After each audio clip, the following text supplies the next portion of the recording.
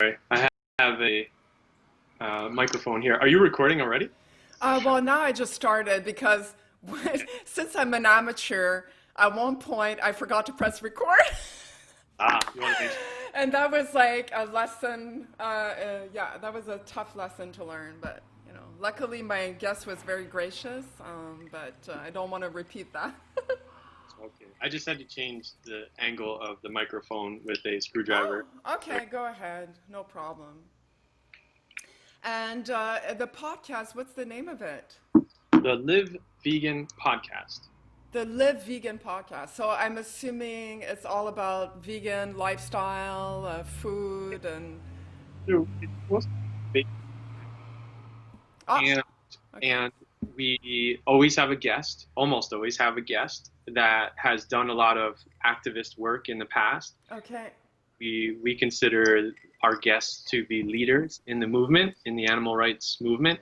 And so we just ask them questions about what their take on the movement is, what their different strategies are, things like that. And usually everyone has a sort of a different twist in terms of what they've done and where they've come from and their past. So yeah, the whole focus is on the guest. And then yes, Ben and I ask like them. highlighting their work and what they're doing, and so that people you're exposing them to a whole new audience, maybe. Yeah. Obviously, most of your guests are in Toronto, or not Oh no, necessarily. no, worldwide because we have the internet. So we. Yes. Luckily for that. So I'll start the introduction and we'll keep going. And I did email you last minute. If ever Bella's around, I would love Yeah, her. here. Oh, she is? Okay. So at one point, we'll try to get her on the camera or something. Okay. All right. So let's see. Hair moment. That's The great. women worry about that stuff more than men, but all right. In today's podcast, we are joined by Kevin Lahey, an entrepreneur and prominent animal rights activist from Toronto, who spent a year and a half as an undercover investigator of the country's dog meat industry for CARE, Coexistence of Animal Rights on Earth, a South Korean animal rights organization campaigning for and promoting animal rights and a compassionate, cruelty-free lifestyle. The information and footage that was gathered during this time was used in the making of the documentary Korean Dog Meat Exposé that we will be covering in depth on today's show. Kevin Lahey holds a master's degree in philosophy from the University of Albany with a concentration on ethics and animal rights. He has taught in universities overseas, namely at the Dangsung Women's University in Seoul, South Korea, and Abu Dhabi University. His extensive undercover experience has led him to explore the inner workings of the South Korean dog meat industry and the hog and poultry industry in the USA. Kevin has given many lectures over the years and was a guest speaker at the Four Pillars Productions event, Rescuing the Dogs of Asia, that was held in Toronto back on November 4th, 2017. I believe Mark Ching was the principal guest speaker at that event. Yep, I got. And it was hosted by Lisa Turney, who started Four Pillars Production, and she's a lovely woman. I've never met her personally, but I've had a lot of communications with her, and she's fantastic. So, Kevin is obviously passionate about animal rights and animal welfare, and often advocates for the worldwide transition to a plant-based diet. I just found out that Kevin also has a podcast called Living Vegan. The Live Vegan Podcast. The Live Vegan podcast, which can be found probably on iTunes and. Yep. It's anywhere podcasts are found. It's on Spotify. It's on Apple Podcasts. Yeah, anywhere you can find it. And we also have a website on Buzzsprout, so it's easily searchable. The Okay. Oh podcast. well, so I'm gonna have to check it out personally. It sounds really interesting. So Kevin lives in Toronto with his wife, daughter, and his beloved dog Bella, who was rescued from a Korean dog meat farm. Oh, okay. I think we might get a shot of Bella. There's Oh my lord, she's such a cutie. Oh, she is a Bella. That suits her perfectly. And what kind of dog is she? Well, she's a rescue, so we're not entirely sure. Yes, We believe she's a Maltese Cocker Spaniel mix. So she looks those mostly eyes. like a Cocker Spaniel, but she's got the white fur, so maybe the Maltese Oh made her my white. God, so cute. And Bella, you're the kind of the focus of our conversation today. How old do you think she is at this point? She's 10. We estimated her birthday to be in July of 2010. So month Oh, she would be turning 10. It's July 2020 right now. So yeah, she's wow, 10-year-old girl. And how old's your daughter? my daughter will be 7 next month. So Ah, 6 at the moment. Yeah.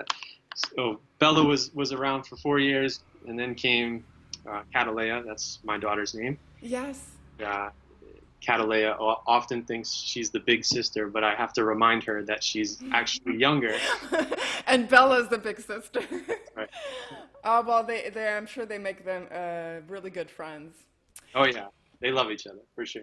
So obviously, welcome to the show, Kevin. I Thank always welcome my guests, and I'm so glad you accepted my invitation to be on the show because, I mean, you're the first guest actually that we're going to get to really hear your firsthand experience seeing dog meat farms in South Korea because normally my guests are the head of nonprofits, and we obviously expect them to have seen dog meat farms and slaughterhouses, but it's rare that I've had a guest that, you know, like a personal activist that actually went there and documented this. So it's really a great show. I'm really excited. Well, thank you. Thank you for having me. It's an honor to be on the show, and I think it's important to talk about. And I'm glad that you're doing this kind of podcast because more people should be aware of what's going on. So thank you. I agree, and that's why I started the podcast because there was nothing like it on out there. I was very surprised. I searched because I was looking for information myself, and I couldn't find anything specific to the dog cat meat trade. I could find stuff on animal rights. I could find stuff on, you know, dog trainers, you know, pets and that kind of thing, but nothing specific. So we're breaking new ground. So your journey began actually back in 1999 when you took an offer to teach a course in philosophy, I believe, at the Dongsan Women's University in Uh, Seoul. Is, Sorry I took a course. I was the student at that point. oh, okay. I thought you were teaching at that point. No. Oh, in 1999, I was only 19 years old, so I would have been. Oh, you would have been a prodigy, which is entirely possible. Okay, so you went there in 1999 to study philosophy. Not in that was still in New York State where I grew up, and so a teacher whom I am still very much in contact with is the reason for my transition and the reason why I became so open-minded toward the suffering of animals and animal rights and things like that, because he simply questioned my my beliefs, my traditional values that I had as a child and as a teenager, and then as a late teenager going into my early 20s. These are all things that I sort of took for granted. I was a hunter, actually. I grew up in the woods of New York State, upstate New York, about an hour and a half north of New York City, little town called Wallkill, New York.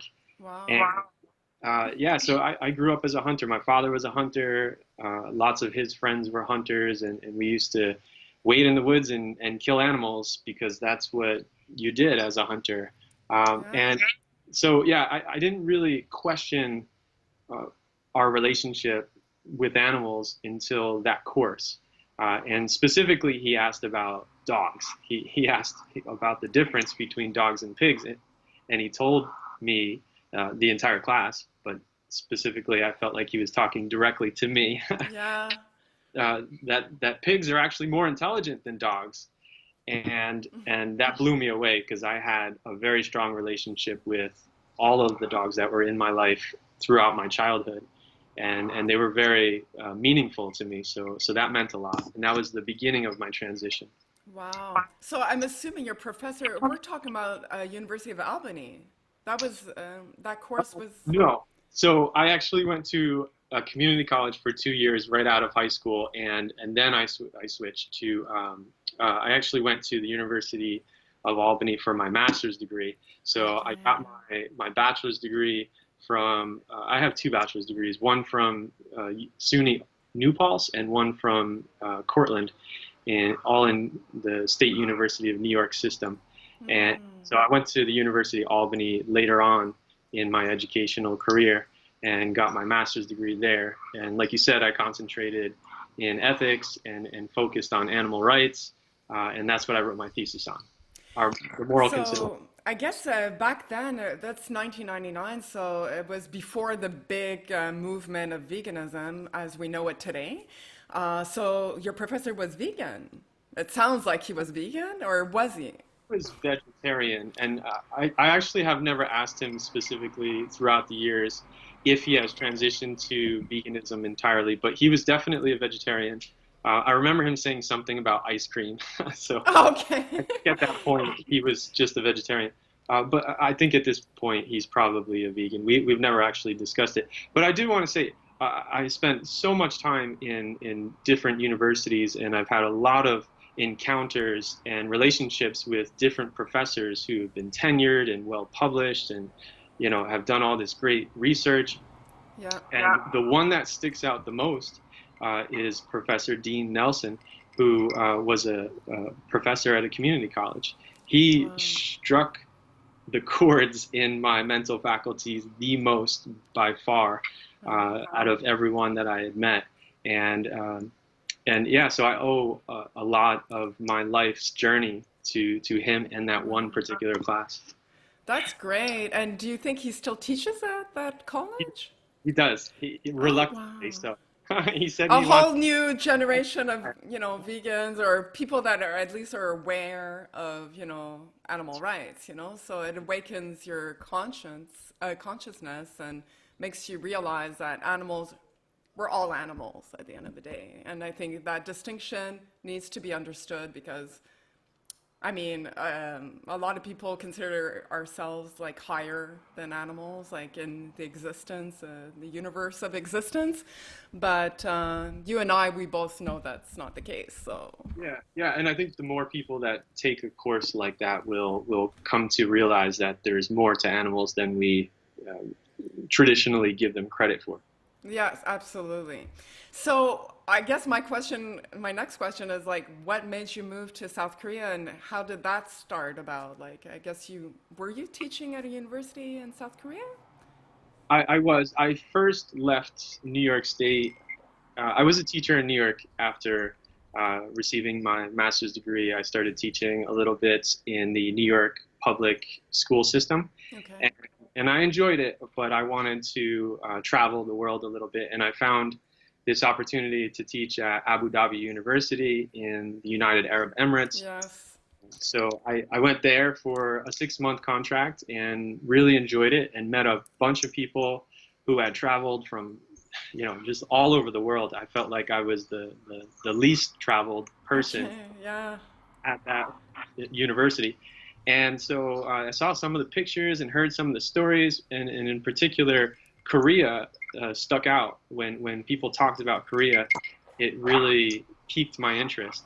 So when I was done with that contract, I ended up looking for work in Korea, and I found a position at Deokseong Women's University, which is just north of Seoul. It's technically in Seoul, but it's in the northern part of Seoul.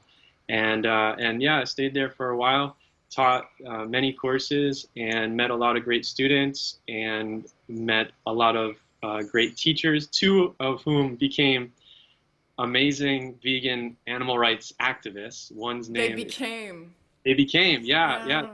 I remember when I first went to that school, I was the only vegan. I think I was still vegetarian until 2010. So I'm trying to think of when I first got to Deokseong Women's University. Yeah, it was 2009. So there was a year where I was a vegetarian, and then I became a vegan.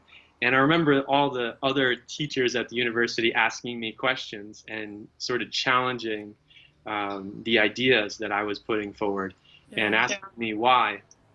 And so one of them became my best friend. His name is AJ, and we ended up getting into the dog meat industry together and working undercover and that industry. And another, his name is Rich, also known as Rich the Vegan, who's done some amazing work for animals.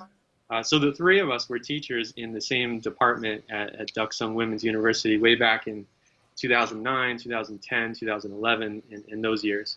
And so I ended up leaving that position as a professor to work in the animal rights community because it spoke to me. It was just that important at that time in my life. I had to do something more than just teach. I had to throw myself full time into activism because it meant a lot to me. Yeah, well, it sounds like AJ, just so people know, it's AJ Garcia, Right. and he's actually, I don't know when he became the president of CARE, but he's actually the president of CARE. Is he still?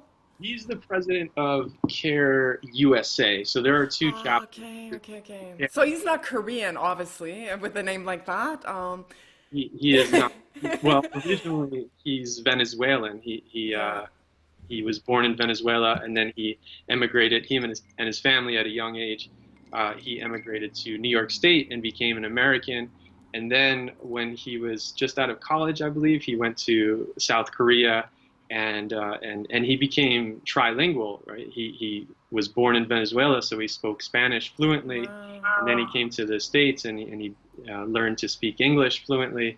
And then he went to Korea and learned to speak Korean fluently. So by Wow. the time I had met him, he was perfectly trilingual. He knew all three languages, and I and envy that because, like, you have like some people just have a knack for languages, and it's tough. Like, I can't imagine trying to learn Cantonese. Korean, I'm assuming it's a difficult language to pick up as well. So that's kudos to him, like for. And what about you? Did you get to pick up some of the Korean as well, or? it. But I think just like you said, some people have the knack. That means that some Not people, me, not me.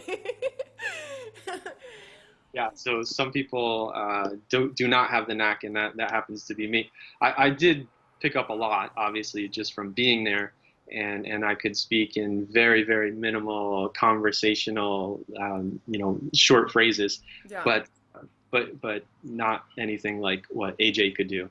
So he proved to be a very powerful and useful ally in the movement, Yeah. and I never thought of him in that way until he sort of well, I asked him to help out, just help out. Maybe we could get a little bit further with his Korean skills, and that turned into a full-scale investigation that lasted over a year and a half. And I had no Yes. idea that he was going to join full force as he did. And he's still a very committed vegan. He runs an investigative team in the USA, so he's an amazing person. Is he the one who started CARE USA? Because there was a CARE Korea before, I guess, and then CARE USA, I Yes. guess. Okay, so before we get into the granular of our conversation, I just want to have an idea.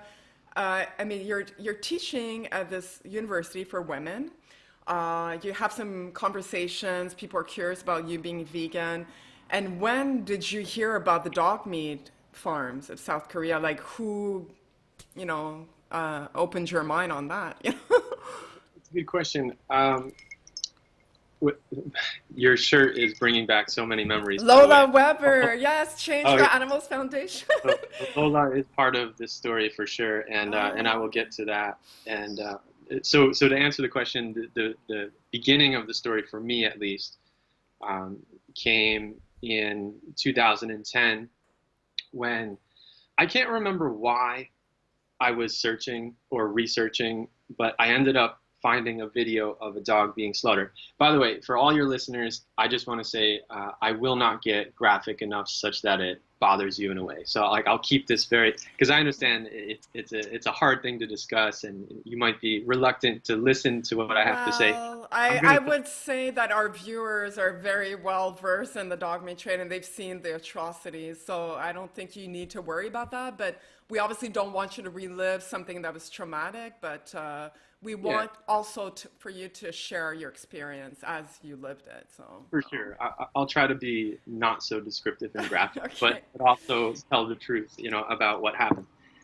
So in this particular video that I was watching, I saw a dog being killed for food, and it just spoke to me in a way. For some reason, I guess I saw all the dogs that I had ever had as a kid, in that one particular dog being killed, and something in me awakened, and I remember a very loud and clear voice in my head saying, I have to do something.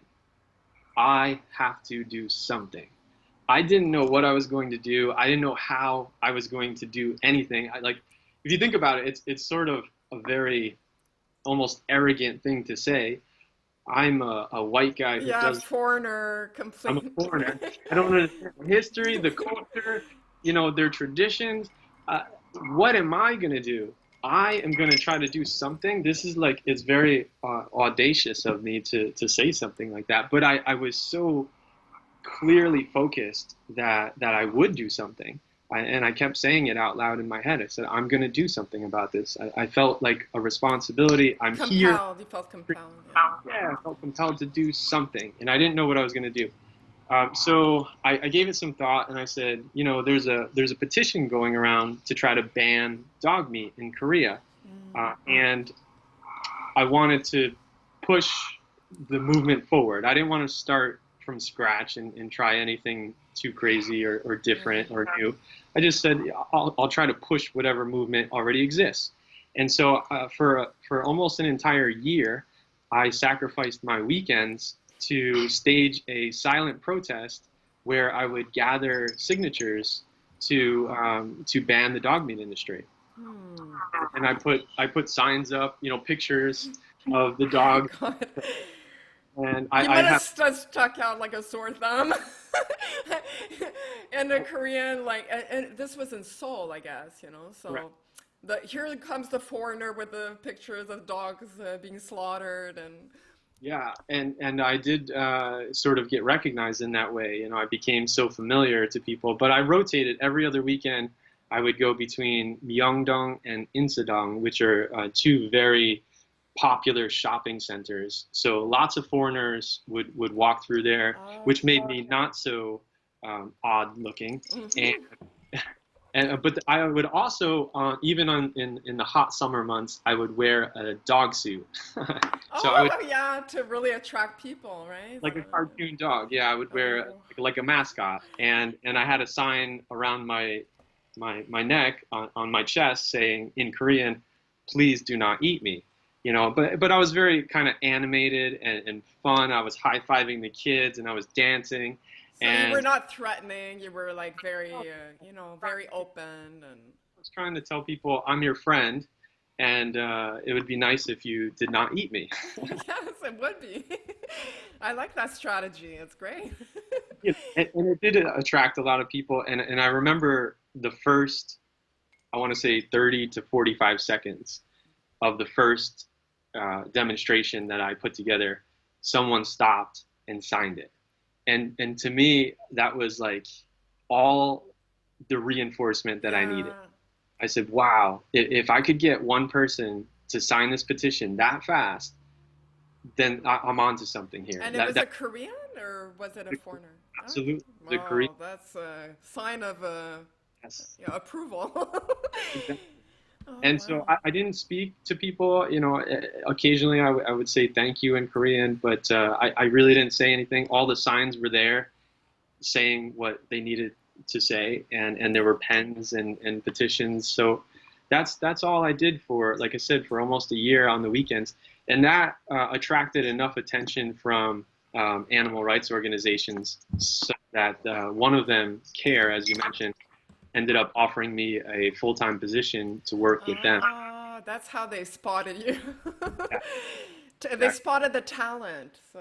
Well, they knew I was committed to the cause. it wasn't like just a one I'm weekend. just gonna show you. My cat was trying to come and see it. I don't know I, if you can see her. I Oh, saw I guess some. you saw her a muff of hair. That's what you saw. Anyways, she usually comes when I'm at my desk, and she likes to be pet. So then I take her in my arms and I pet her. I go, "Sorry, honey bunny, mommy's busy right now." So that's how it came about. So then CARE approached you, and were you immediately sought out to do these undercover investigations, or did you take on a different role in the beginning with CARE? Yeah, I took on a different role in the beginning. I was the editor for the English webpage. I was trying to explain the mission of CARE to the international community. I spent a lot of time with donors and people from all over the world, not just Korea. And so a bit of translation work, but mostly editing work Yeah. and putting things together on the web pages, focusing on social media. And then as I was doing that, I realized that we didn't really have footage or pictures of the dog meat industry. Like we had this huge movement in Korea to ban the dog meat industry and a lot of support to get that done, both in Korea and from without, outside of Korea.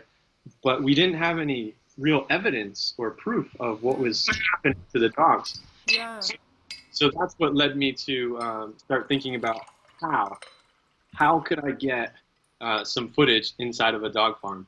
And I spent many nights thinking about that question, the answer to that question. And in the beginning, I tried dressing up in dark clothing so that I could sneak in and get some pictures. But then I realized that I was trespassing and breaking the law, and I shouldn't be doing that. Right. In a foreign country, on top of it. No. Yeah, so that was nixed. That idea was bad, and that's when I decided to ask AJ for assistance. I said, what if you came with me just once and we talked to the dog farm owner and asked if we could film, just be open about it Yeah. and have a camera and say, look, we would like to do some kind of documentary and just if you would show us how the dogs are kept, maybe how they're bred or how they're killed, how they're transported, we would really appreciate that, And so we came up with all these ideas. We wanted to pretend that we were doing like some kind of student research program. Right. But we made some phone calls first, and we got basically all no's. Like, no way, you're not coming anywhere near. Hang on. You're not coming on my farm, boy. As soon as we said camera, they absolutely shut it down. They said, no way, you're not bringing a camera onto my farm. They must have suspected because, I mean, there was a growing movement even back then of, population that were against this, some of the Korean population. So I guess they suspected that you were part of that, right? Maybe. Who knows? Who knows the reason? But it didn't work. Okay, so that idea did not work. That story did not work. Yeah, and then we also thought that maybe we could pretend to be Mormons, and and everything under the sun. Like, let's try to brainstorming, right? Yeah, spreading the book of God. But then I realized that we don't know much about Mormonism, and we're gonna have to learn all that in order to like talk about it while we're secretly filming. It's gonna take too much time. Too much time to learn all about the religion that we don't subscribe to. So we nixed that idea, and we came up with this really wacky, wild idea that ended up being a home run in every single way. And I never thought it was going to work. I thought it was like too way out there. Like this is crazy. Okay, I'm dying here. And so what is this strategy? So my mother is Spanish, and I do speak a little bit of Spanish. And like I said, AJ is Venezuelan, so he speaks fluent Spanish.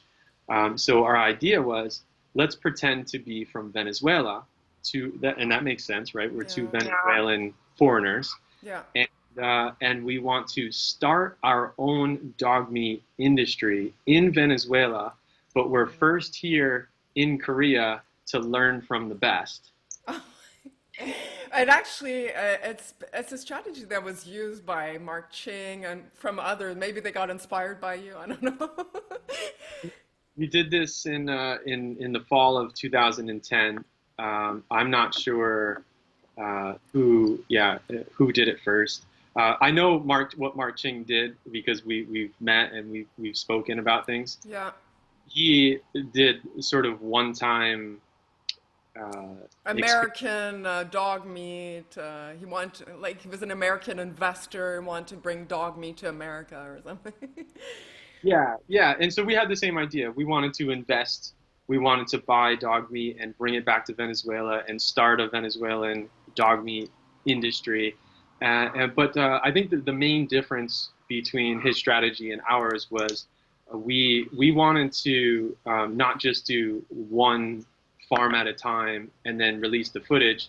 We wanted to get the entire industry. We wanted every single aspect of the Korean dog meat industry to be fully documented and recorded before we exposed what we were really doing and who we really were. So that meant we had to become friends with these people. We had to gain their trust. We ended up sleeping at some of their homes. We went to bars together. We smoked cigarettes together. We drank a lot. There's kind of a. Are you hearing? Like, there's a bit of a grinding sound. Like, Let me try. is it the window that was open or something? I don't hear it anymore. Well, right now I don't hear it, so we're good. Okay, I'm so sorry to interrupt you, but I just didn't want that to be playing in the background. Okay. It sounded like, I don't know. It sounded like a car in the background. Okay. So that's it. You had to become their friend, and you had to really play your role. Like. Exactly. We had to become friends with them.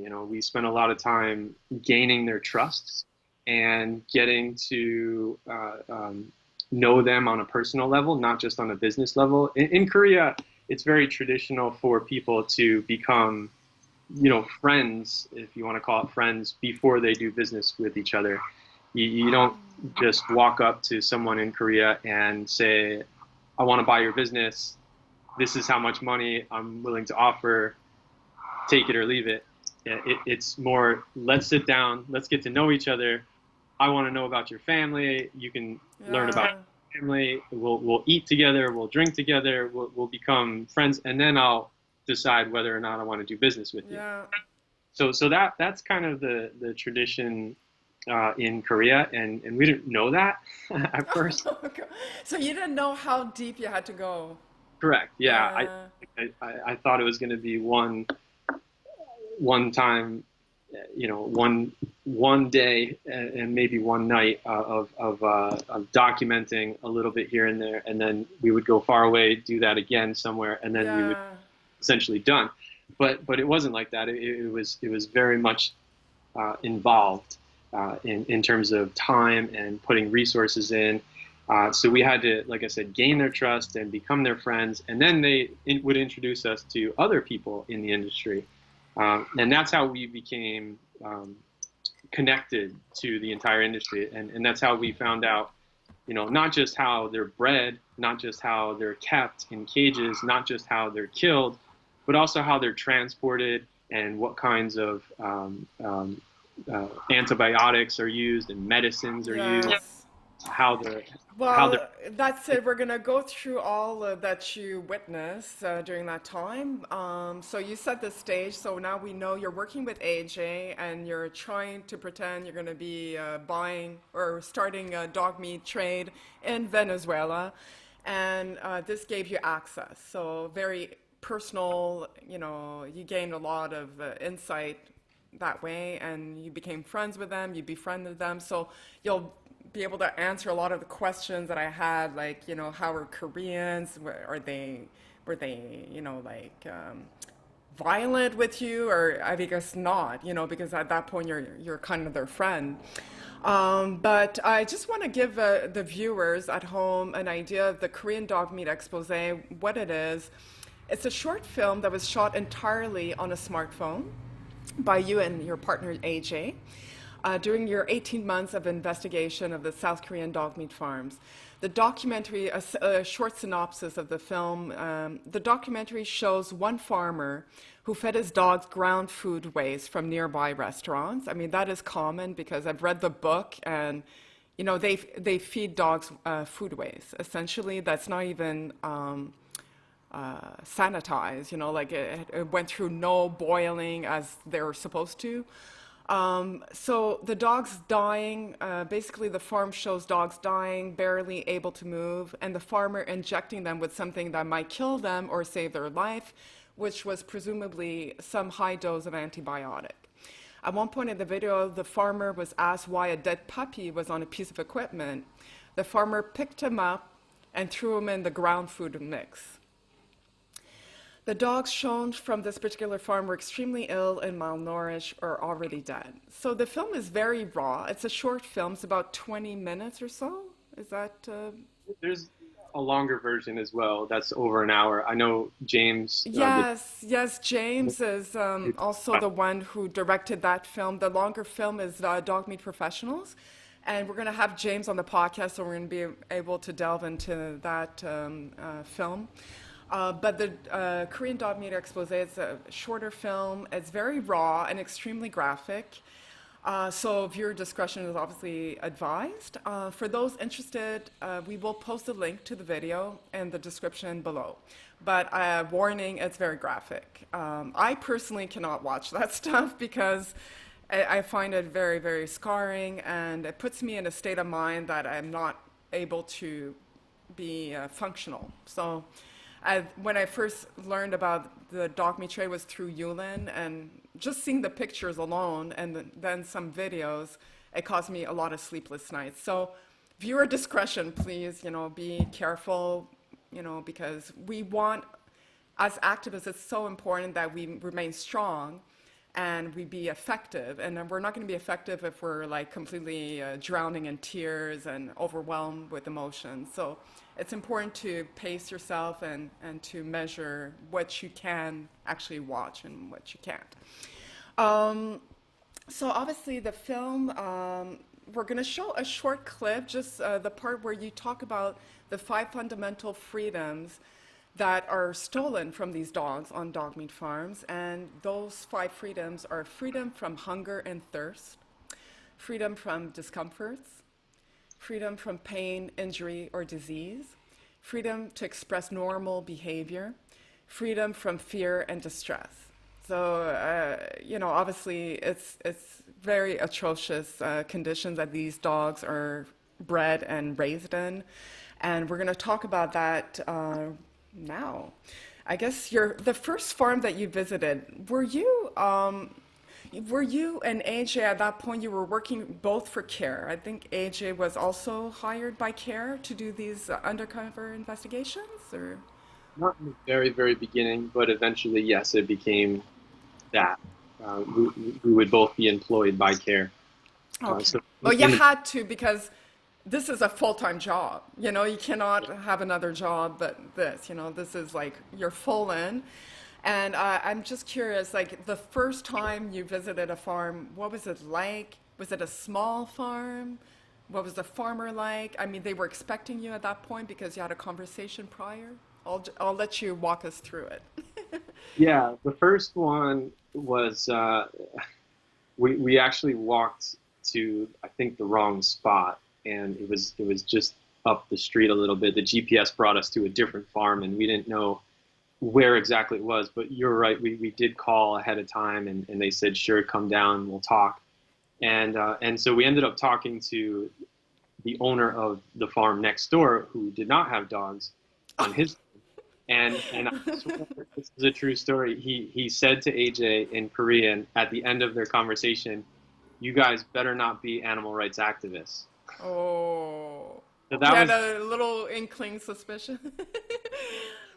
I think it was whatever AJ needed to get the kinks out, because never again did he. I mean, I shouldn't say never again. There were a couple of times where we were in deep suspicion, but that one first moment, he he must have said something wrong or Yeah.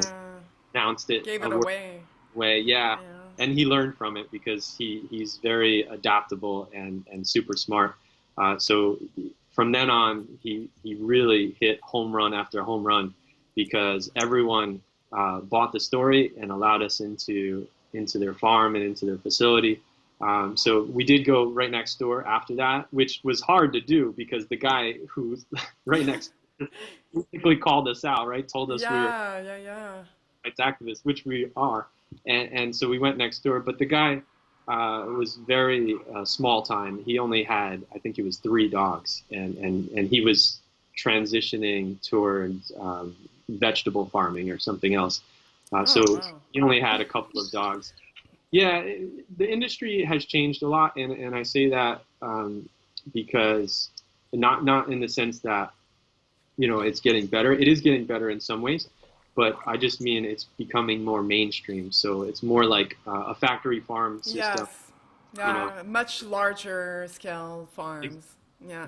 larger operations. So this particular gentleman probably used to keep 30, 40 dogs at a time, but it just slowly dwindled away because these bigger corporations He could can't compete, I guess, you know. That's the they, thing. they could farm the dogs more efficiently Yeah. and make better profit. So that's where the business ended up going. And we didn't meet those people until later on, but we did eventually meet the big names in the Yeah. industry. And so your first farm visit was kind of short. I guess you saw Yeah. 3 dogs and they were kept in a cage or Yeah, I don't remember specifically seeing them. It wasn't very memorable if we did even see those 3 dogs. I remember it being such a small scale operation that I kind it of kind of disappointed you. Like for the purpose of what you were there to do, I guess it was not what you were looking for in terms of footage and yeah, yeah, and that's okay. We knew that there were more opportunities. We just this particular one didn't work out. But the first one that we did sort of strike gold, if you will, was very early on. I want to say within the second day, maybe the second or third day. We went to a dog farmer who actually owned restaurants, and it was connected on the same property. So they would raise. They didn't raise the dogs. They would bring the dogs from a dog farm that bred them to slaughter weight, and then they would keep the dogs on that facility until it was time to slaughter them. So there was a slaughterhouse, and then there's a restaurant, all on the same premise. And so the man that we met uh, was the owner of the slaughtering operation and the miniature farm, I guess you could say, and also a dog meat restaurant that specifically serves dog meat. Like that's why it exists. yeah, it's a mecca of dog meat. I mean, that's where you go. And to point out, I think it's important because people often ask about Korea and its relationship to other countries with regards to dog meat. We put so much time and energy and so much of our lives into this particular industry in this particular country because Korea has the most dog meat consumption per capita in the world. Per It's not capita, yeah. per Because capita. China would be the first on the list in terms of number of dogs, but per capita, yeah. Correct, exactly. But and I'd also say about China that their system seems to be more focused on gathering strays rather than systematically factory farming dogs, They which don't. They don't. China Absolutely not. does not. And Yeah, they're all stolen pets, a lot of stolen pets and strays. They don't farm dogs. And I know this because I read the whole report from Animals Asia. And all my other guests have confirmed this. There's yeah, like good. maybe one little backyard farm that breeds dogs, but it's very rare. So, Mostly okay. mostly stray pets and stolen pets. Yeah, Yeah. and that happens a lot too in Korea for sure, and that's what would have happened to Bella here, my rescue dog. But the vast majority, it seems, are farmed in Korea. So they are systematically factory farming dogs Yeah. for consumption in Korea, and that was unique and different, and something that we just had to get documented. We needed to understand this because nobody had ever taken pictures or video footage of the inside of these facilities before we came onto the scene, and we had no um, footage of the transportation process and how we. Sometimes people would take pictures of the dogs in cages that were driving by on a truck, but we didn't know how they got into those cages and how they were really taken out, so we needed to see a lot of the process. There were a whole bunch of question marks, and that was our job. AJ and I set out to fill in all the. So we're like in 2010 at that point, yeah, okay, 2010. So you're saying that you were the first one to do an in-depth investigation like that. It had never been done, not even by HSI and those kind of nonprofits that kind of come in and out the country, rescue dogs. They never took that kind of footage. Not like this. What they would have done prior to that date would have been taking over a farm that was maybe going to end anyway for different reasons. Maybe the farmer was convinced by HSI to give up farming dogs and start growing crops instead. Lots of different reasons. Maybe he was going bankrupt and he decided to sell his dogs or whatever. And so HSI would then come in and take pictures of the facility.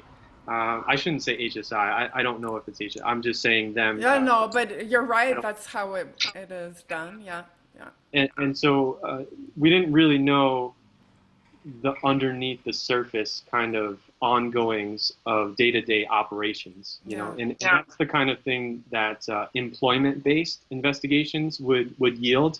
I ended up working for Mercy for Animals for a couple of years in the USA, and if you're familiar with them, that's what they focus on, employment-based investigations, because that's how you really get to learn what's happening in any particular facility.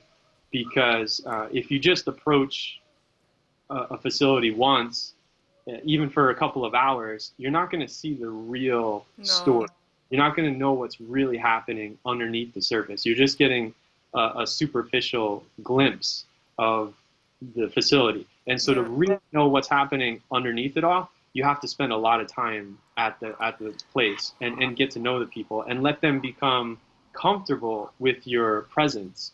And then they start to act as they would normally. So when you say employment-based investigation, you're saying like Mercy for Animals, they get you inside employed in that facility, and so that you have access. And I guess you still have to be very conceal your camera. You can't be, open about what you're doing, but that's how you gain a real clear picture of what is actually happening, instead of just like there's one farmer that beat his cow, but is it happening all the time? Like, you don't have that kind of insight, from. Yeah. And usually the farmers would know that someone different is there, and might do the process a little bit differently, and because they know someone's watching, they're on their best behavior.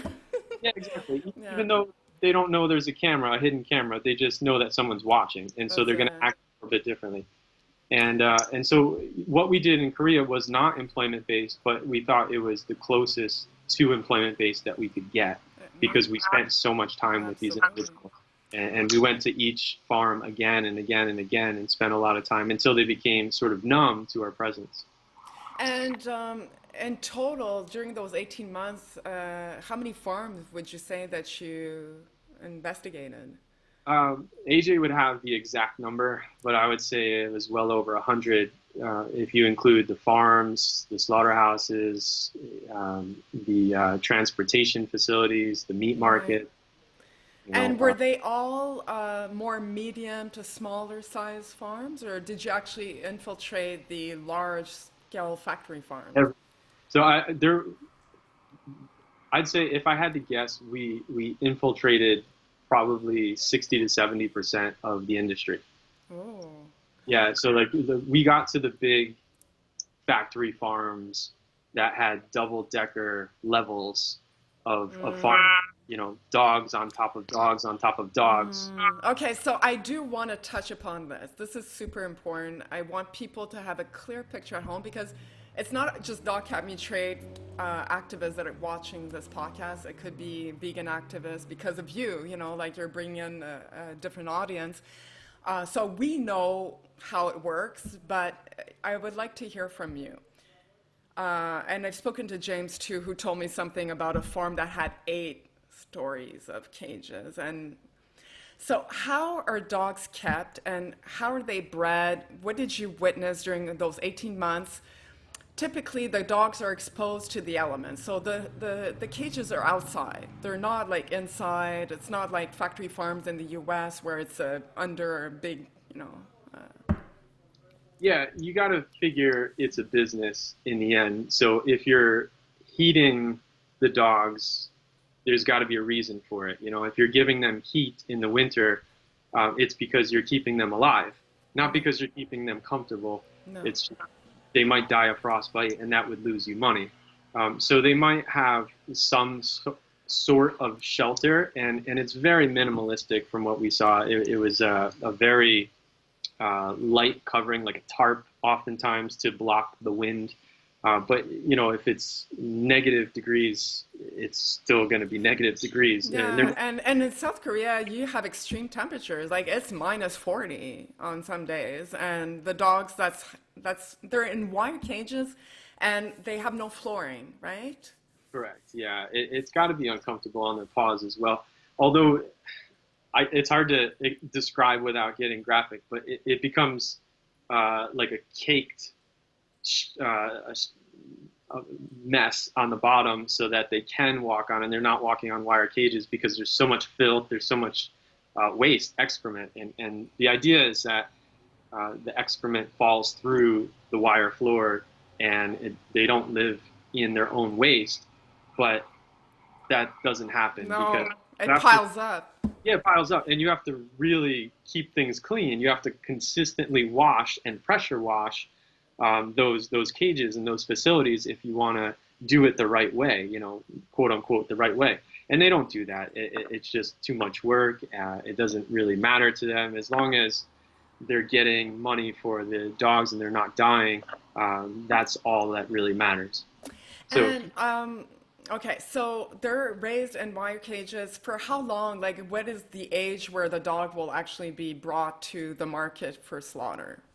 So anyone who has a dog or who has had a dog would know that they grow to about full size before they're 1 year old.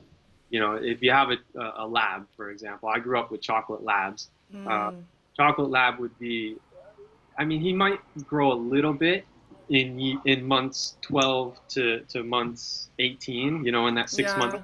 You might grow a little bit more and fill out a little bit more. But it's minimal. Yeah, it's minimal, and it's not really worth it. So we found that the typical slaughter age was about 10 months, and technically they're still puppies. They're less than 1 year old because they're essentially fully grown at that point. And these dogs, a lot of them are bred, so they're born on this farm. And the mother, how is the mother raising these pups in such conditions? Like, do they have special treatment for the mothers that's expecting, or no? No, it's a dog eat dog world in a lot of ways. It's the dogs that were stressed enough would end up eating some of the babies. Even the mothers would eat their own babies because they needed more nutrition, or they knew that they couldn't support. If the mother has 12 in a litter, and she can feel that she's stressed, she knows that she can't give enough milk to 12 puppies, that she'll end up eating one of or a few of the puppies in order to survive. Yeah. Exactly. So it's like a survival situation for the mothers, and yeah, you can tell that they're super stressed. There's so much demand on their bodies, and the puppies are super cute, but they're covered in feces. It's disgusting, and it smells, and so that's really all they've ever known. As soon as you get to a dog farm, by the way, the first thing you notice The is stench. yeah, it's a Sorry. urine smell that is just it's ammonia. It's a super strong smell that it hits you as soon as you get out of the car. As soon as you open up the doors, you can smell it, and it's like, wow. And they live in it day in, day out, and this is what their whole life, you know. Um, yeah, like there are no words to describe that. I don't know if it's worse or better, but the fact that their noses are so much more powerful than ours, I've often wondered about that. Like, is this a worse experience for them because their noses are so much more powerful and they just cannot escape that ammonia smell? And then there are dogs that are sold to farmers. So these dogs were actually in a family. I mean, maybe it was not a loving family, but they were certainly having some kind of semblance of a family life, a little bit closer to what we have here as companions. Or maybe they were a guard dog, but then they get to this farm and this is their life at this point. So what would you say the percentage of dogs that are sold or stolen is very small compared to the dogs that are bred? Yeah, I don't know the percentage. I don't want to put a percentage on it, but if I had to guess, I would say it's 20% versus 80%. So 80% of the dogs are farmed, are systematically farmed for consumption, whereas 20% or so would be strays that were abandoned.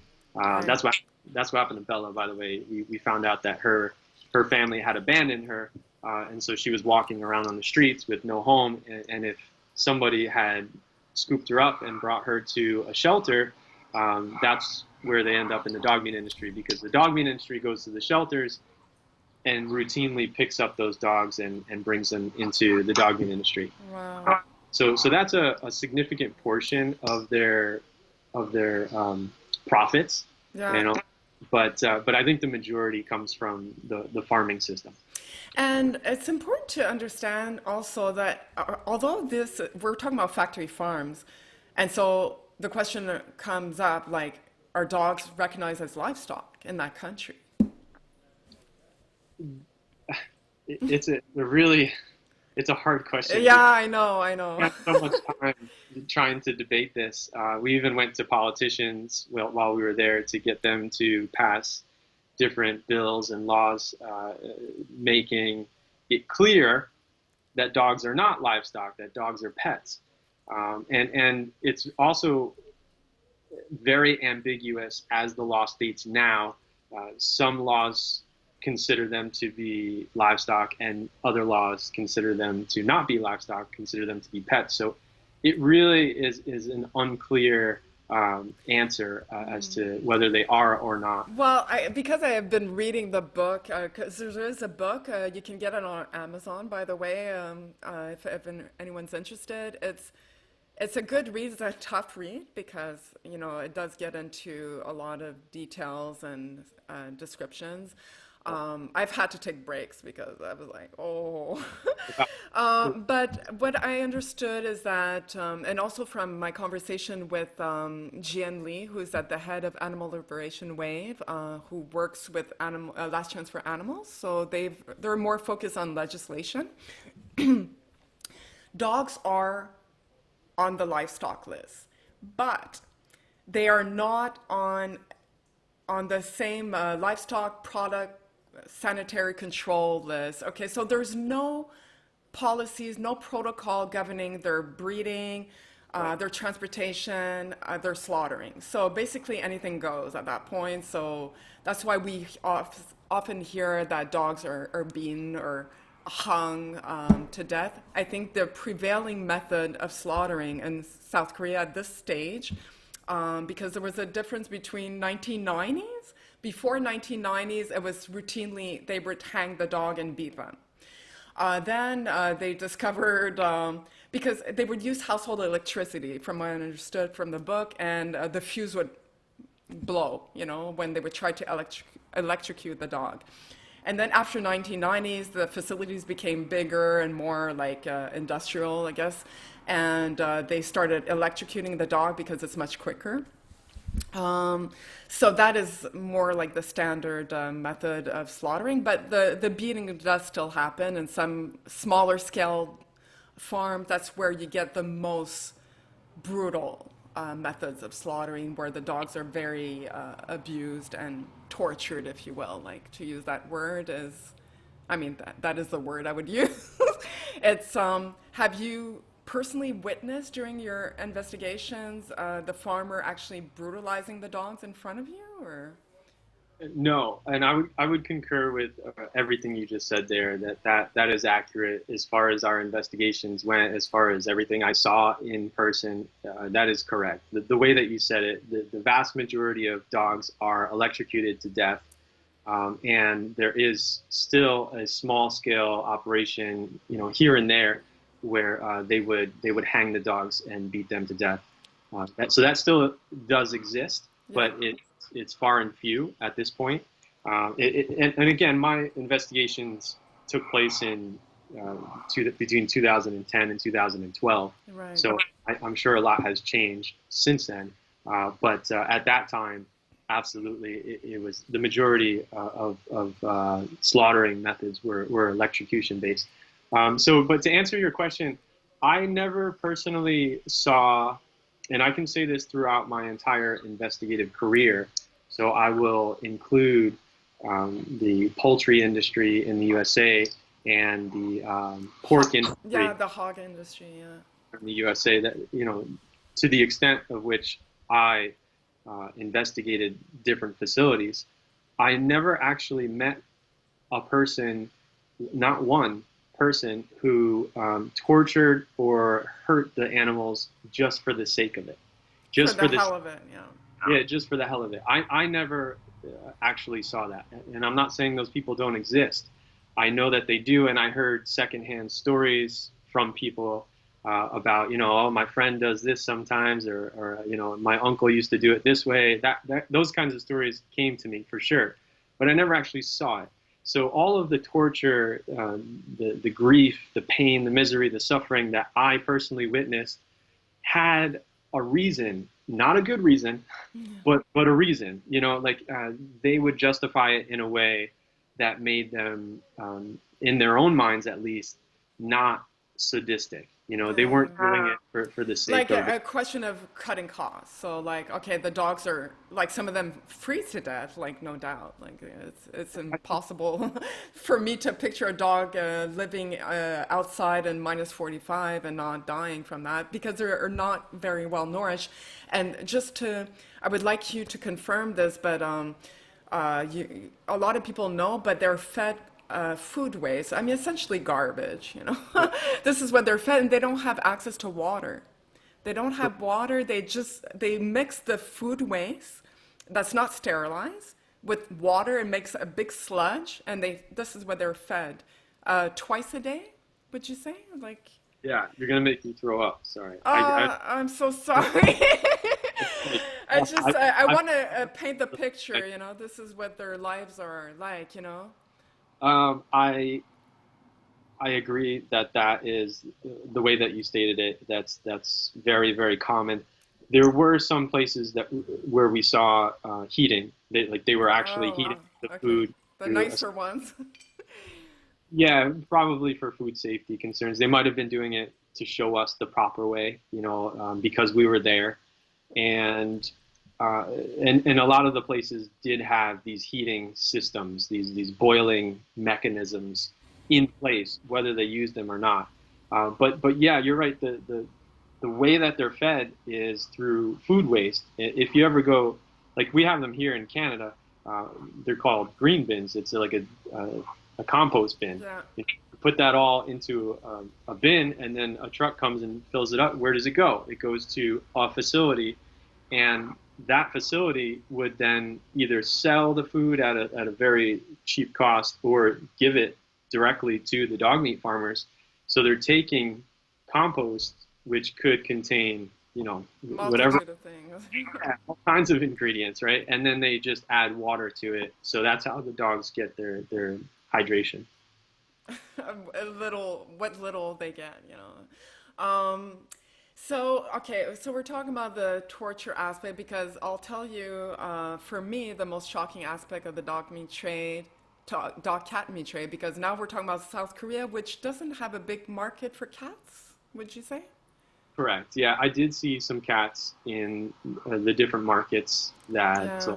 we exposed and investigated, but it was very, very little by comparison. By comparison, that's right. So for me, the most shocking aspect, of course, is all the pictures that we've seen on the internet. It came for me at first from Yulin Dog Meat Festival, where there is deliberate torture being done. It was done in the name of some idea that the more adrenaline that runs through the dog's blood, the more beneficial the meat will be. Holding medicinal properties like it will keep you warm during the winter, it'll keep you cool during the summer, and obviously it increases virility in men apparently. It boosts their chi, vital energy source. For all sorts of reasons, they believe that the more suffering the dog endures before death, the better the meat. And so this is more prevalent in countries like China, obviously, and Vietnam, Cambodia, Indonesia. Dogs are routinely burned alive. I had a podcast with Lola, and there's an extreme market called Tomohon in Sulawesi, Indonesia, and this is what they do. They put dogs in cages and they set it on fire. Um, in Cambodia, they're routinely drowned. They do beat them because they don't know what they're doing. And Cambodia, it's such a poor country. The people doing the dog meat trade are just doing it to earn a buck or living, and they don't know how to kill the dogs, so they just smash them in cages, put them in water, and the dog drowns to death. Some of them beat them. But in South Korea, it's less prevalent. I guess the beating, it's more like systematic factory farms, I guess. And just the whole life of a dog on a farm is brutal. Obviously, we've talked about like they're exposed to the elements, they eat food waste, they don't have access to water, they can't move, they're on wire fencing, no ground, no solid ground to walk on. They're in their feces. It's just atrocious. And then we're talking about two-story farms where the cages are stacked one on top of the other. So what happens? The dog defecates and it falls on the other dog below, right?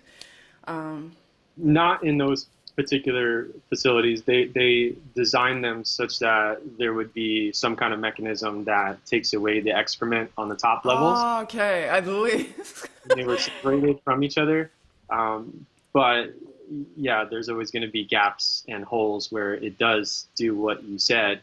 And the compilation of all those dogs in the same facility makes for just an overall unhealthier atmosphere.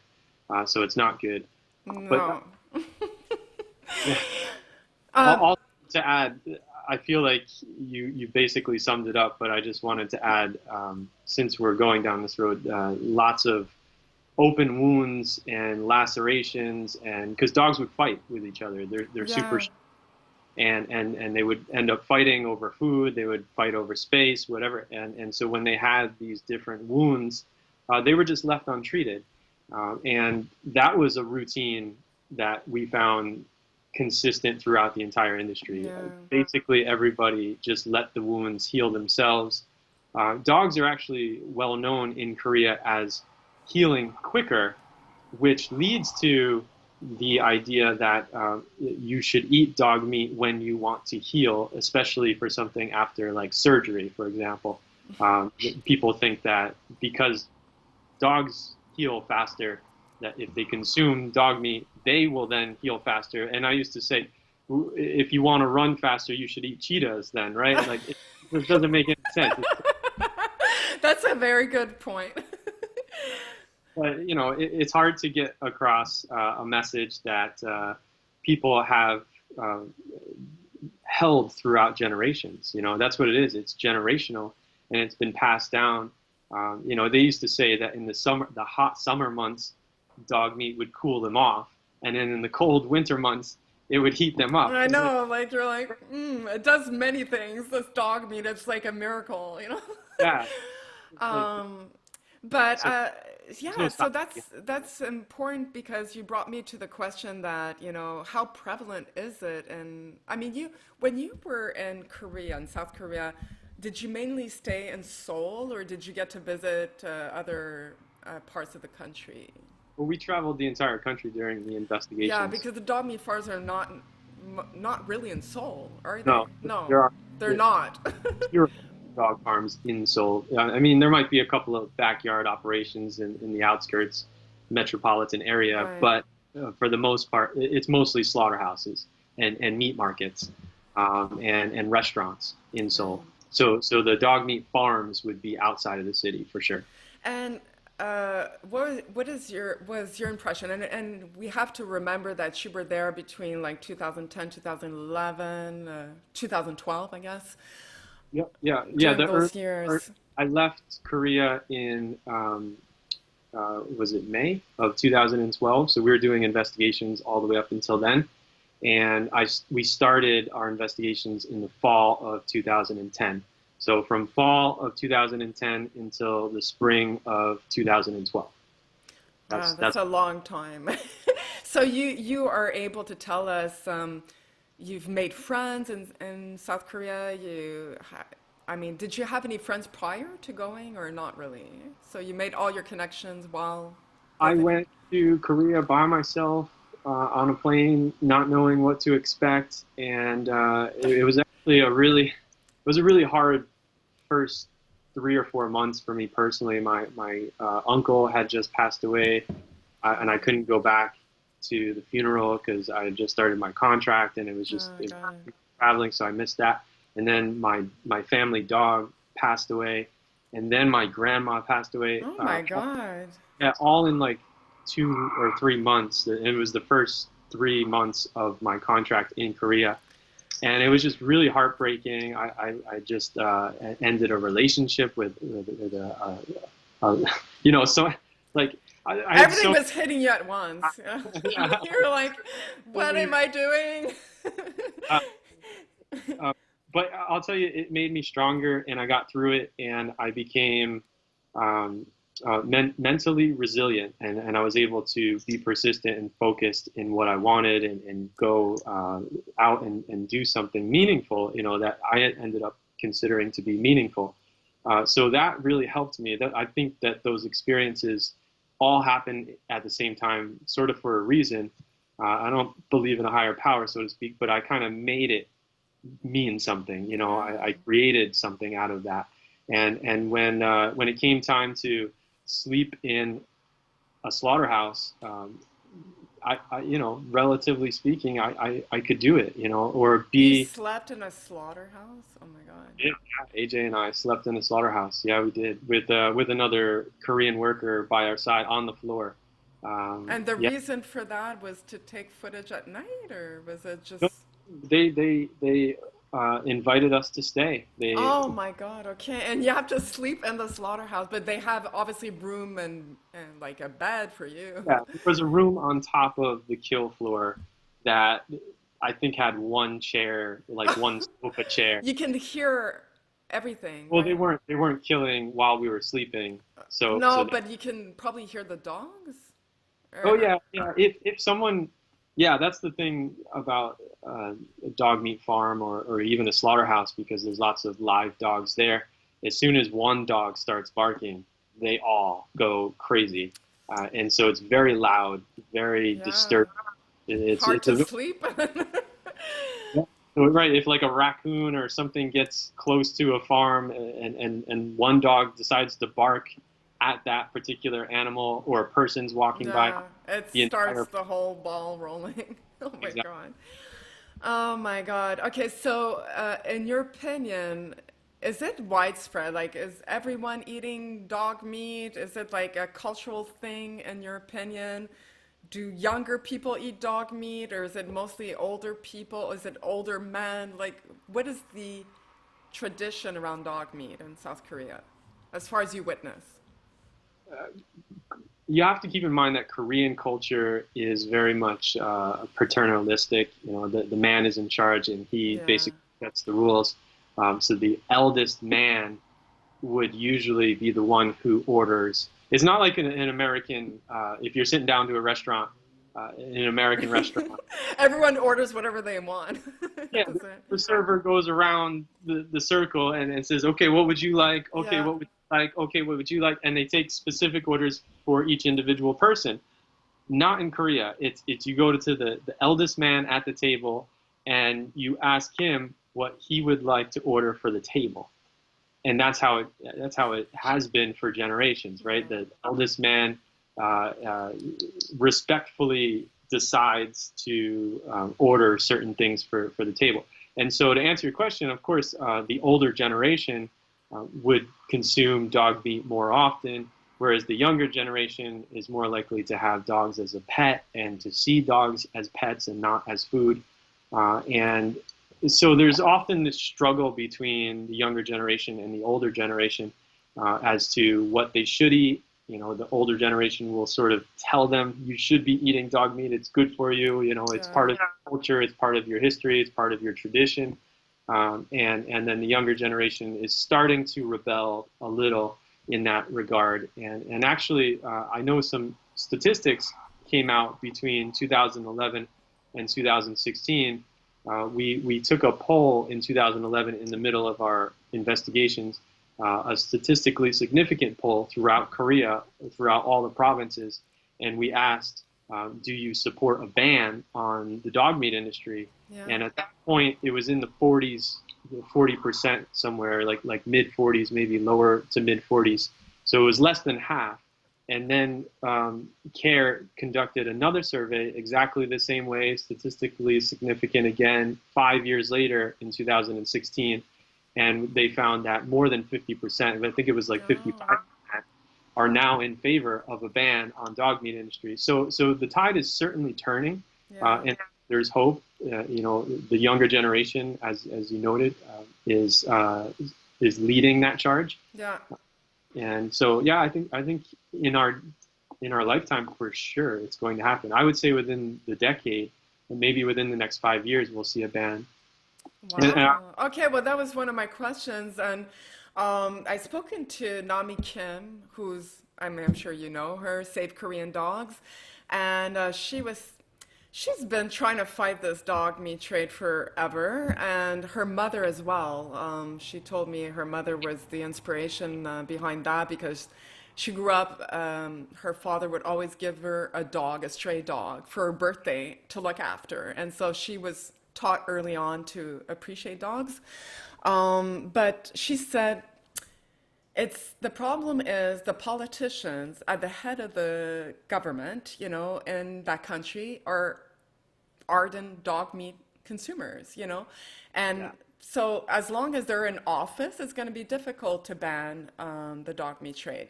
But she goes, give it 20 years and you know like the older generation will die off and the new generation will take office and take those positions and you know change will happen. Obviously we don't want to wait 20 years. I mean we want this done now or yesterday would be good, but it's a generational issue and that seems to be the prevailing mindset that you know it's a question of you know generations, you know. I hope that she's incorrect, but I would 20 still, years, yeah, 20 years is a long time. but I would still take that as a win, and that might actually be the amount of time that we have to wait before we see an official ban. Of course, the next question is how do we enforce it, and how do we know that they're abiding by the law? You know, Yeah, there's always going to be an underground black market if there's a demand. yes, You know, and that's as what you long have as to it's, stop. You have to stop the demand for dog meat, and there in lies the problem because how do you stop that? but But I do. it would reduce Oh the yeah, number of dogs at least, and it would change people's perception because if something's illegal in your country, you're going to think about it differently, right? So it's no longer endorsed, it's like condemned, you know, so that plays a part as well, yeah. I also think that the technology and food science of today, the innovative work that these different companies are putting together, they're making products that are indistinguishable. You can't tell the difference with a regular chicken nugget and a plant-based chicken nugget at this point. Yeah. They're really the same thing, and even burgers, right? We've gotten to that point. So I think it's just a matter of time before a very innovative, forward-thinking, progressive entrepreneur comes up with a plant-based dog meat that is indistinguishable. And That would be a great, we'll put you on that task because I know you started a product line and we're going to talk about that shortly. So for you, what would you say are the solutions that that we can consider to ban the dog meat trade? It's a question of legislation at this point. Like it's not just like rescuing dogs. I mean that's not fixing the problem at the root.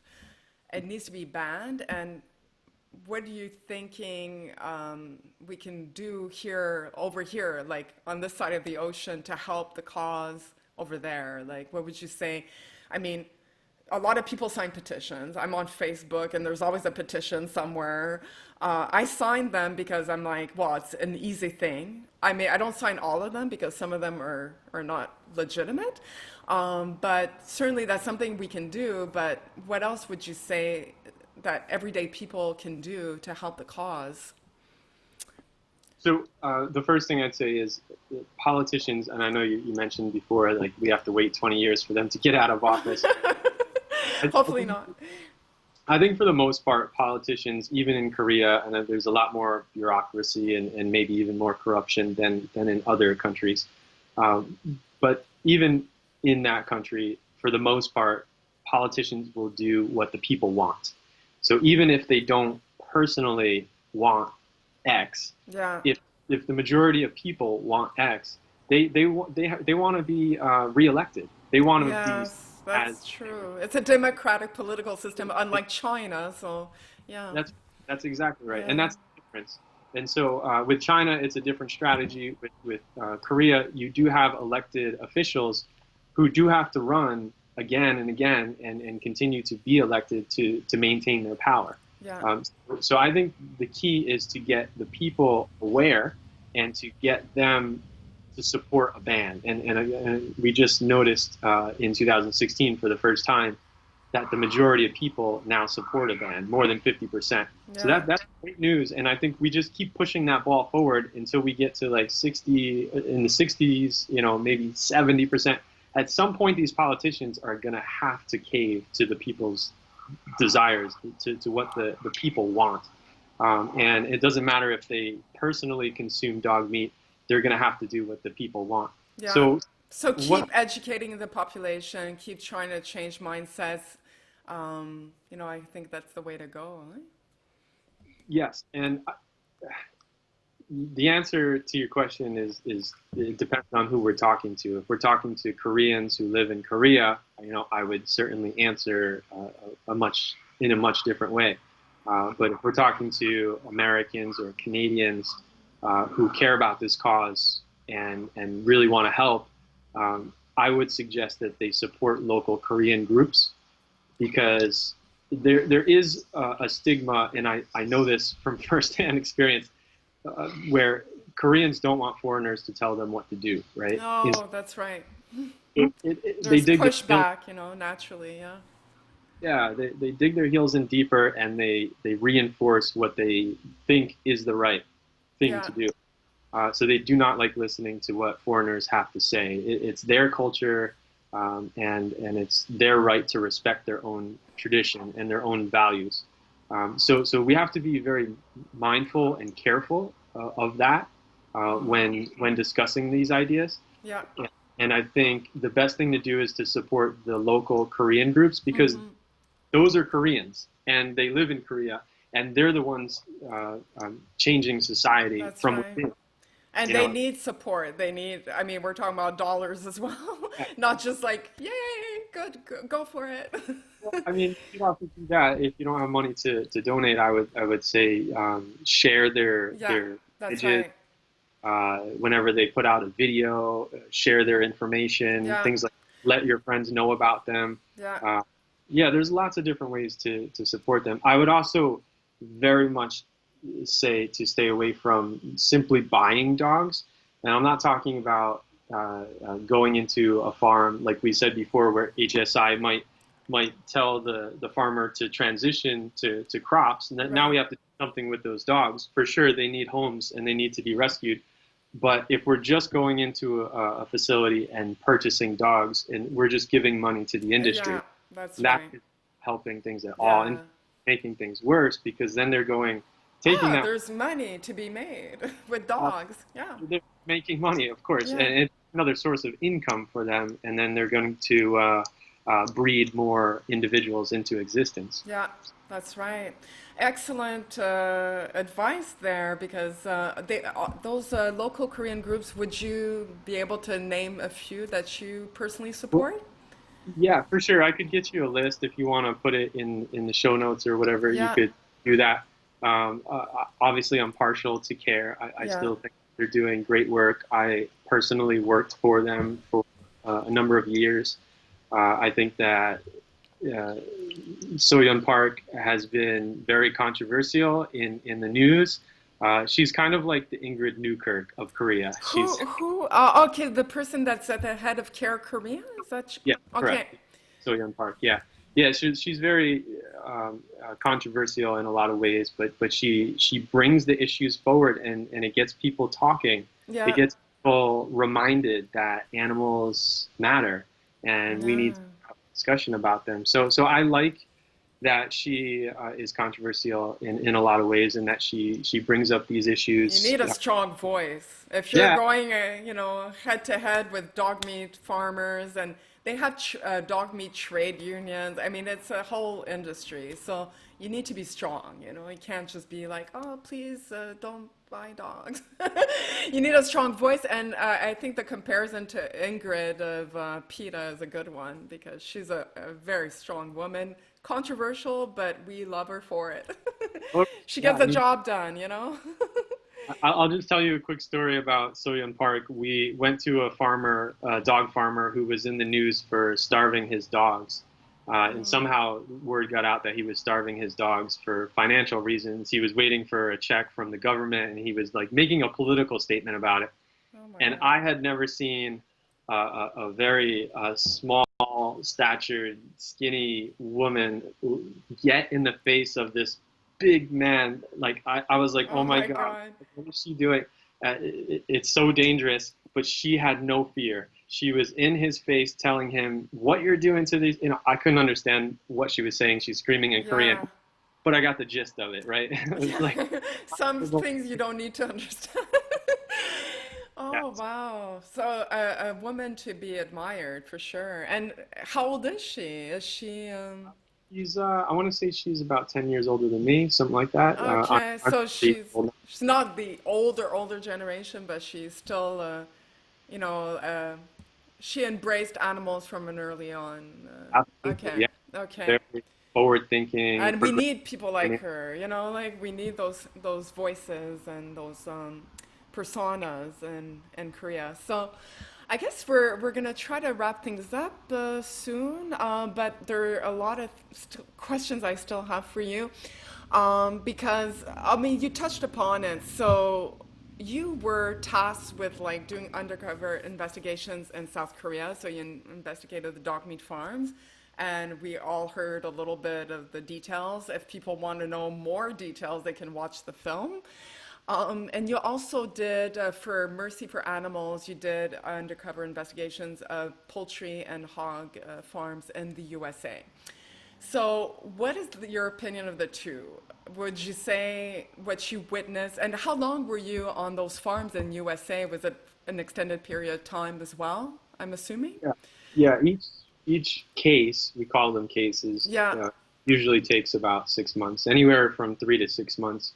But 6 months is kind of the time that you allot yourself in order to make sure the case is complete. So yeah, I also long did. enough to see.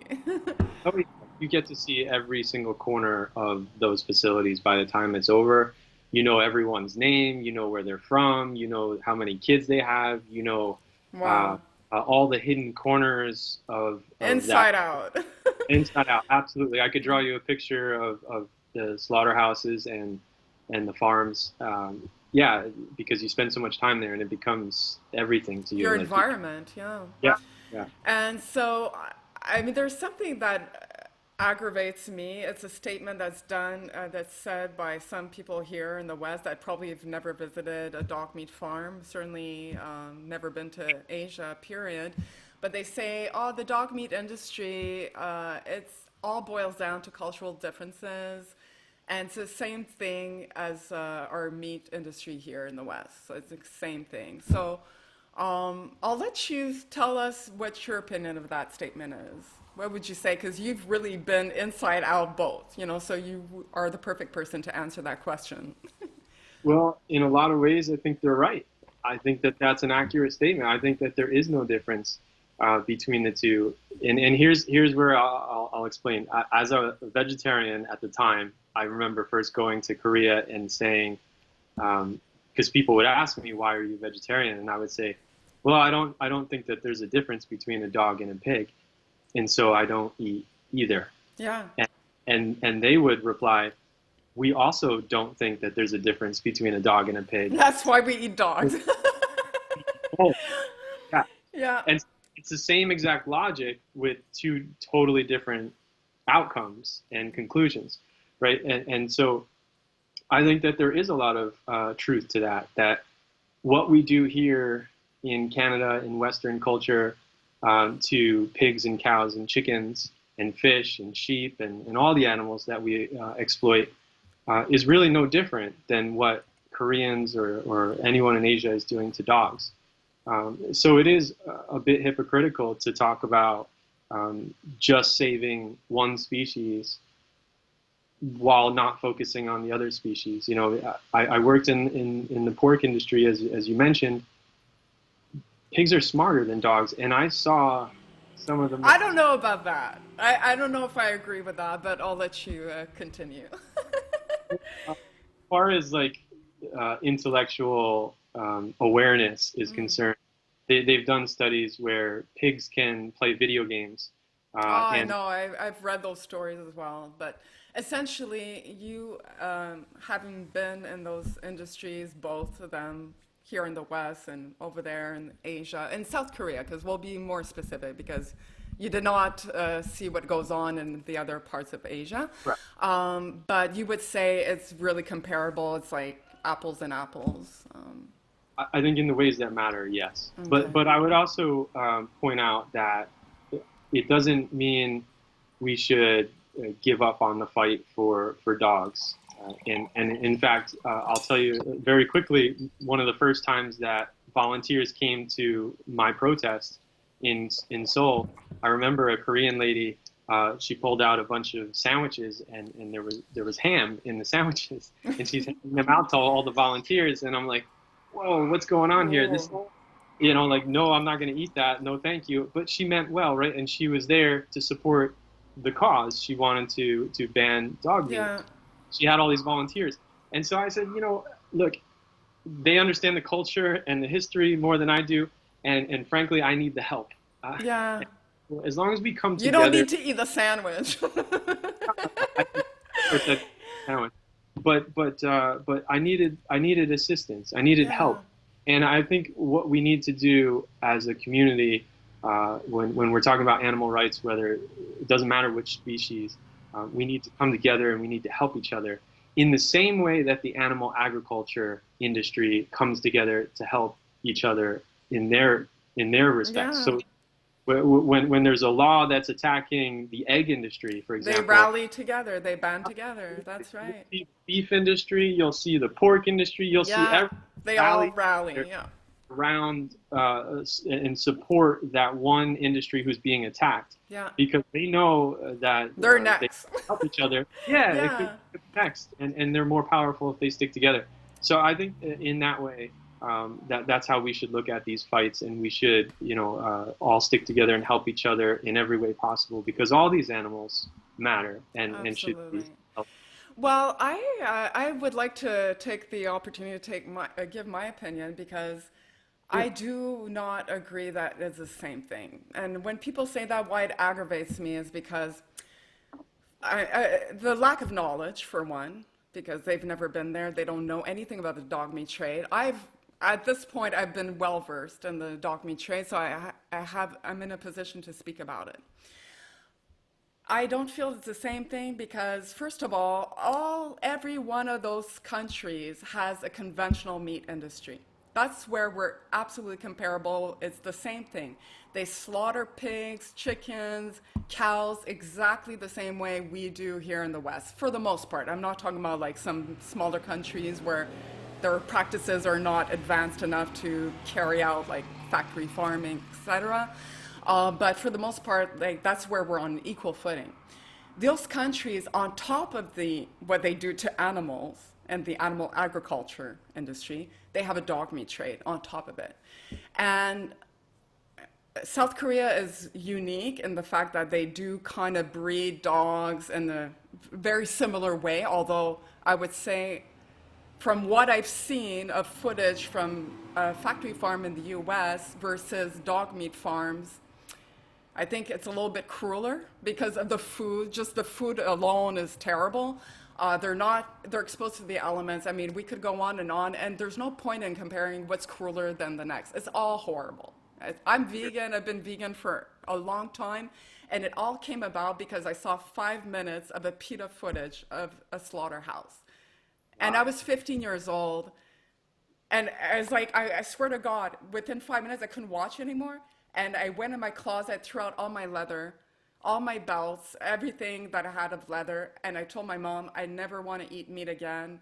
And I was actually angry at my mom because I was like, I can't believe I've been fed this. So I'm very sensitive to animals. All animals deserve respect, love, and I want to see their freedom, all of them. But I do feel the dog meat industry is laced with cruelty. It's laced in crime. People steal each other's pets, like imagine at gunpoint. I mean, it's a whole different industry. It's really terrible and it causes all sorts of health issues. Those dogs are full of diseases. It causes human problems, like for the consumer. It causes a lot of havoc in those countries. And I feel personally, and I've spoken to Dr. Peter J. Lee. I don't know if you're familiar. He's China policy specialist for HSI. He's Chinese. He's extremely well versed in China's political system, and like him and I, we have our understanding is that we want a vegan world. All animals, we don't want them suffering and being exploited and all of that. But it makes sense to us that because dog meat trade is only a small percentage of the world, most dogs in most of the world, there's no dog meat trade. There's no dog meat trade in Canada. There's no dog meat trade in the US, in Europe, etc. I mean, we're not talking about exceptions. I mean, we're talking about a trade as a whole. There is no such thing. And so for us, it makes more sense that that would be the first category of animals because dogs and cats are considered domestic animals. They're companion animals in most of the world. It would make much more sense to eliminate that first. That would be the first category of animals to be removed from slaughter, from consumption. And then, like we can keep working and not then, while we're doing this, while we're fighting the dog meat trade because it's full of crime, it's full of diseases, it's health risks, it's all sorts of things. We can still advocate for veganism and plant-based diets. And I would say plant-based diet is the way to go. Yeah. And so we don't need to pick, I feel anyone who loves animals should be fighting dog meat trade in the same way they fight against animal agriculture. If you love animals, you should be absolutely against this. It's Yeah. horrific. So I encountered this many, many times as I spent many years advocating against the dog meat industry, right? Yeah. So I've met tons of foreigners who were coming through those very busy shopping districts and ended up in debates on the street, Yeah. arguments, if you will. with some of them about this particular issue. Them saying that there's no difference. There's, you're a foreigner, your culture eats pigs and things. So my response is what I said, but also I think that there's a practical reason to focus on dogs, and I think you hinted at this, that it is an extra species that is being consumed that doesn't need to be, and I think that there's potential to remove that one species, at least that one species, from the menu, and so to me it's winnable. Right? Yeah, so that's what I'm saying. It's viable. In my lifetime, I could see the end of it. Yeah. Where in my lifetime, I might not see a vegan world. Like, you know. Well, yeah. If Yeah. I was thinking of, actually, there's an interesting statistic from J.C. Reese and in the podcast that I do, I could tell you about. But if I was holding up a sign that said "Let's ban the consumption of pigs," how many people would have stopped and signed that petition? I don't think nearly enough. I don't. No, that's a Wait. good point. Yeah.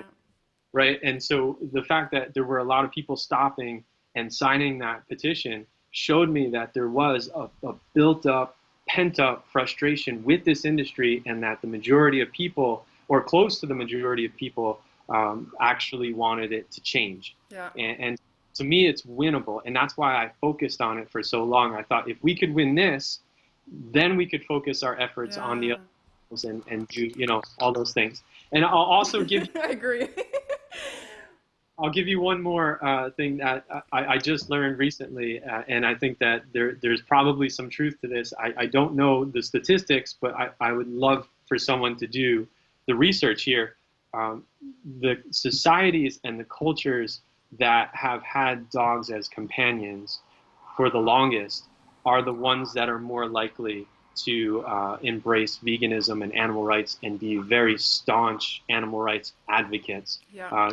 So, for example, in the UK, we see a lot of vegan activists who are very vocal, and veganism is exploding there. And they've had dogs as companion friends for probably longer than any other culture. Yeah. I know it started in China, but in the same way of like seeing them as best friends, and seeing them not as food, because China really never got past that. They continued to consume them for all these things. So I think that there's another practical layer on top of all those things we just said, that if we start to give dogs the respect they deserve, it will then eventually lead. Because if you have a dog in your house, I mean, she lives with me. She She's sleeps. such a cutie, yeah. And you start seeing the resemblance with other animals. You start seeing the same thing. Start And make the yeah. connection as to what animals are And actually. you're absolutely right about that, because I've also noticed, I've only known about the dog meat trade for 2 years, since 2018. I was late to arrive on the scene. I was never an animal activist before I heard about this. And it just ignited a fire in me, because I saw the cruelty, and then of course I remember why I became vegan all those years ago, and I was like, it was all about the animals. But a lot of people, there's like, on social media, like Facebook, you'll see there's like a divide between militant vegans and people fighting the dog cat meat trade that might not be vegan.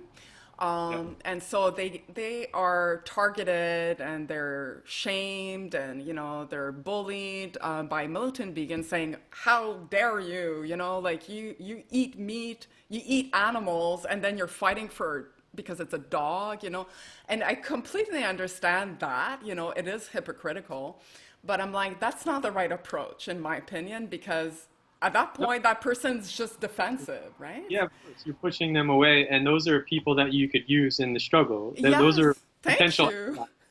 And right, it's like somebody showing up to a protest or a march for animal rights, and they happen to be wearing leather shoes, and you call them out for it, and you make them feel like crap. Shameful, yeah. Yeah, and then they get embarrassed. They're not going to want to come back to the next No. month. They're going to want You to just make. lost a trooper. You just lost an ally. Instead of embracing and rewarding them for what they are doing, Yeah. that's the approach. And let them, everyone's on a different journey. Let them connect the dots. You can drop subtle clues and hints. Absolutely. along the way as you develop an approach, or sorry, a relationship with them. Instead of pushing them away and getting them defensive, we need as many people as possible Absolutely. in this movement. And the vast majority of people are against animal cruelty. Yeah. And we all understand why we're doing this. And the myth that you have to be perfect essentially is what Yeah, military are oh saying. my God, you actually bought that. It's tested on animals, people Yeah. nitpicking at every detail, and you're like, who wants to live under a microscope like that? No, no one.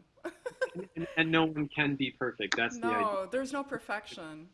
Yeah, just embrace whoever wants to help out and consider them an ally, consider them Yeah. a very resourceful tool in making the dream come true. Amen to that. And actually, I have a short little story to tell about this because when I started on Facebook, I was never on Facebook before I heard about the dog meat trade, and I strictly started a group because I wanted to do a protest in my city of Montreal. And so I put together something very last minute. It was not like a great event, but I mean, I still got out there and we got some signatures on a petition. But all this to say Right? that I started building this community on Facebook, and a lot of the members were people that were against the dog meat trade, but not necessarily vegan. And one such member, she lives in New Jersey, and she told me, "Oh, Jade, I'm going to be in Montreal." It was during the summer. I think she was traveling with her husband, and I said, "Oh, well, it'd be great if we could meet up." We never got to meet because I live a little bit in the outskirts. It wasn't convenient, but all this to say, I told her, "Oh, if you're in Old Montreal, there's a great group called Anonymous for the Voiceless." And I go, "I would love for you to go check it out. I think you would really enjoy it. And they're super nice people. You're going to have a nice conversation." And she went. And she spoke and she saw the footage, more importantly. She had never seen footage of what they do to animals and Yeah. animal agriculture.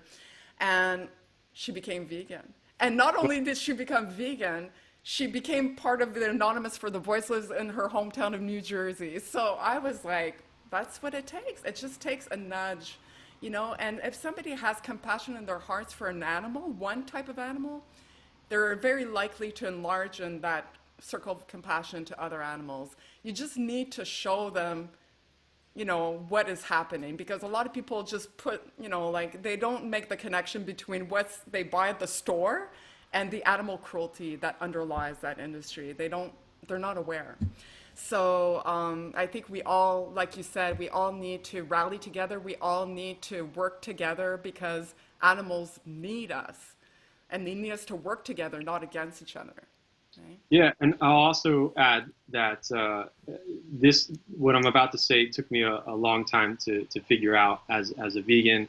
As a vegetarian, I went almost 10 years not eating meat, and I didn't know about the dairy industry or the egg industry at that point. No.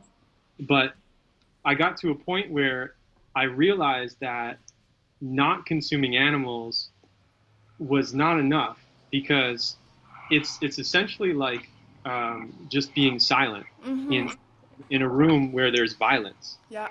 It's not participating in that violence. It's not giving money to the person who's abusing the animal in that room, right? It's a non-action, Yeah. and so we don't really do justice to the injustice until we speak up, until we do something, until we become activists, Yeah. until we finally say with our words in every way we can possibly say it, and be creative in this way. That this is what we have to think about on a constant basis. How can we spread the message? But say something. I agree, because then you're kind of complicit, although you're not directly like contributing yourself, but you're not helping. You're not helping the animals, really. I so agree with that. That's a great thought. Like, when did that thought come about? Recently? Yeah, no, I mean, at some point I realized that in your journey. and I had to become an activist. I didn't just have to be, you know, if you see a child being hit in the street, Yeah. you don't just whistle and keep walking. That, to me, that's what veganism is. Yeah. You know, to consume animal products is to give the person who's hitting the kid $20. You know, and so veganism is just not giving him money, but continuing to walk down the street and allowing it to happen. When you stand in front of that person or beside that person and say, hey, what you're doing is wrong, Yeah. that, now you're an activist. Yeah. And now you're actually bringing justice to the world. And so that's why I think it's so important for us to do something and not just not participate in an industry. I know. You're absolutely right about that. So before we end this, I do want to take some time to talk about your company, because you started a product line that's called Clean Meat. Can you talk about it? Not really. Okay. I don't have a name or a website or anything to share at this point because, frankly, we don't have any products to sell yet. Okay. I mean, just so you know, like, we off the record, I can cut this part out and Sure. we can focus on your pet food line instead, if you prefer, or do you want to touch upon it? This is the same thing we're talking about. The clean meat and pet food is the same. Oh, okay. Okay. So yeah, I don't mind explaining what we're doing, which is we are trying to make cultivated. It's called cultivated meat now. They changed the name from clean meat to cultivated meat for whatever reason. There's a whole the meat industry got involved, and they didn't like the word clean meat because it inferred What, that our meat is dirty? it's dirty. Exactly.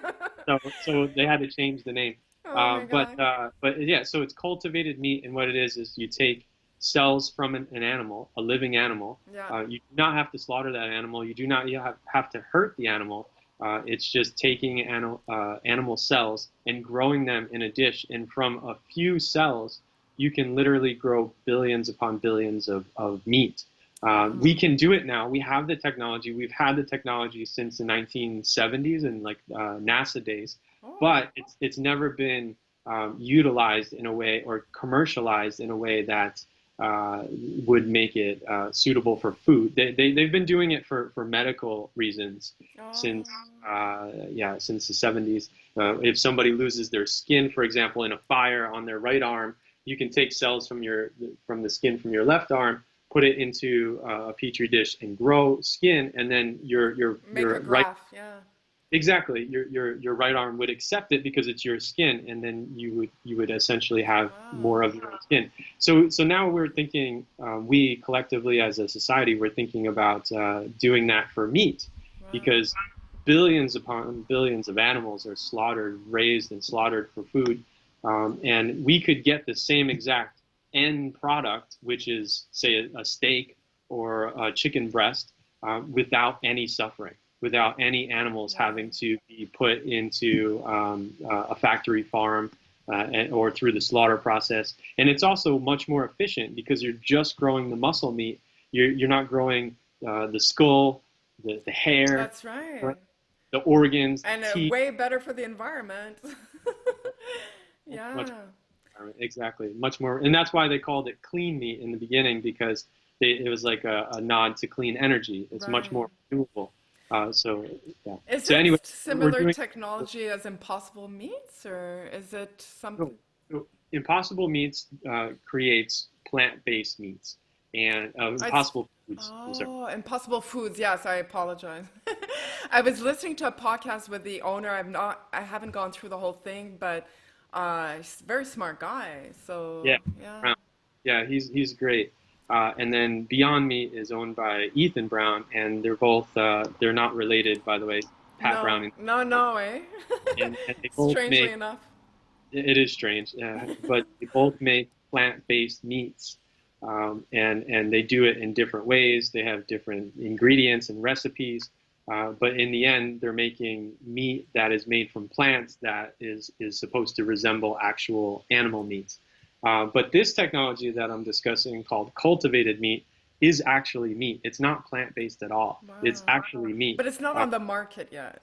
It's not on the market yet. No, the USDA and the FDA haven't officially approved it yet. Right. And it's also, it hasn't gotten to a point where it's commercially viable, because the ingredients that we have to put forward in order to grow, say, a pound of meat is still too expensive. Yeah. But our approach, me and my team, is to create that for pets, for pet food, Oh, yeah, so for yeah. cats and for dogs.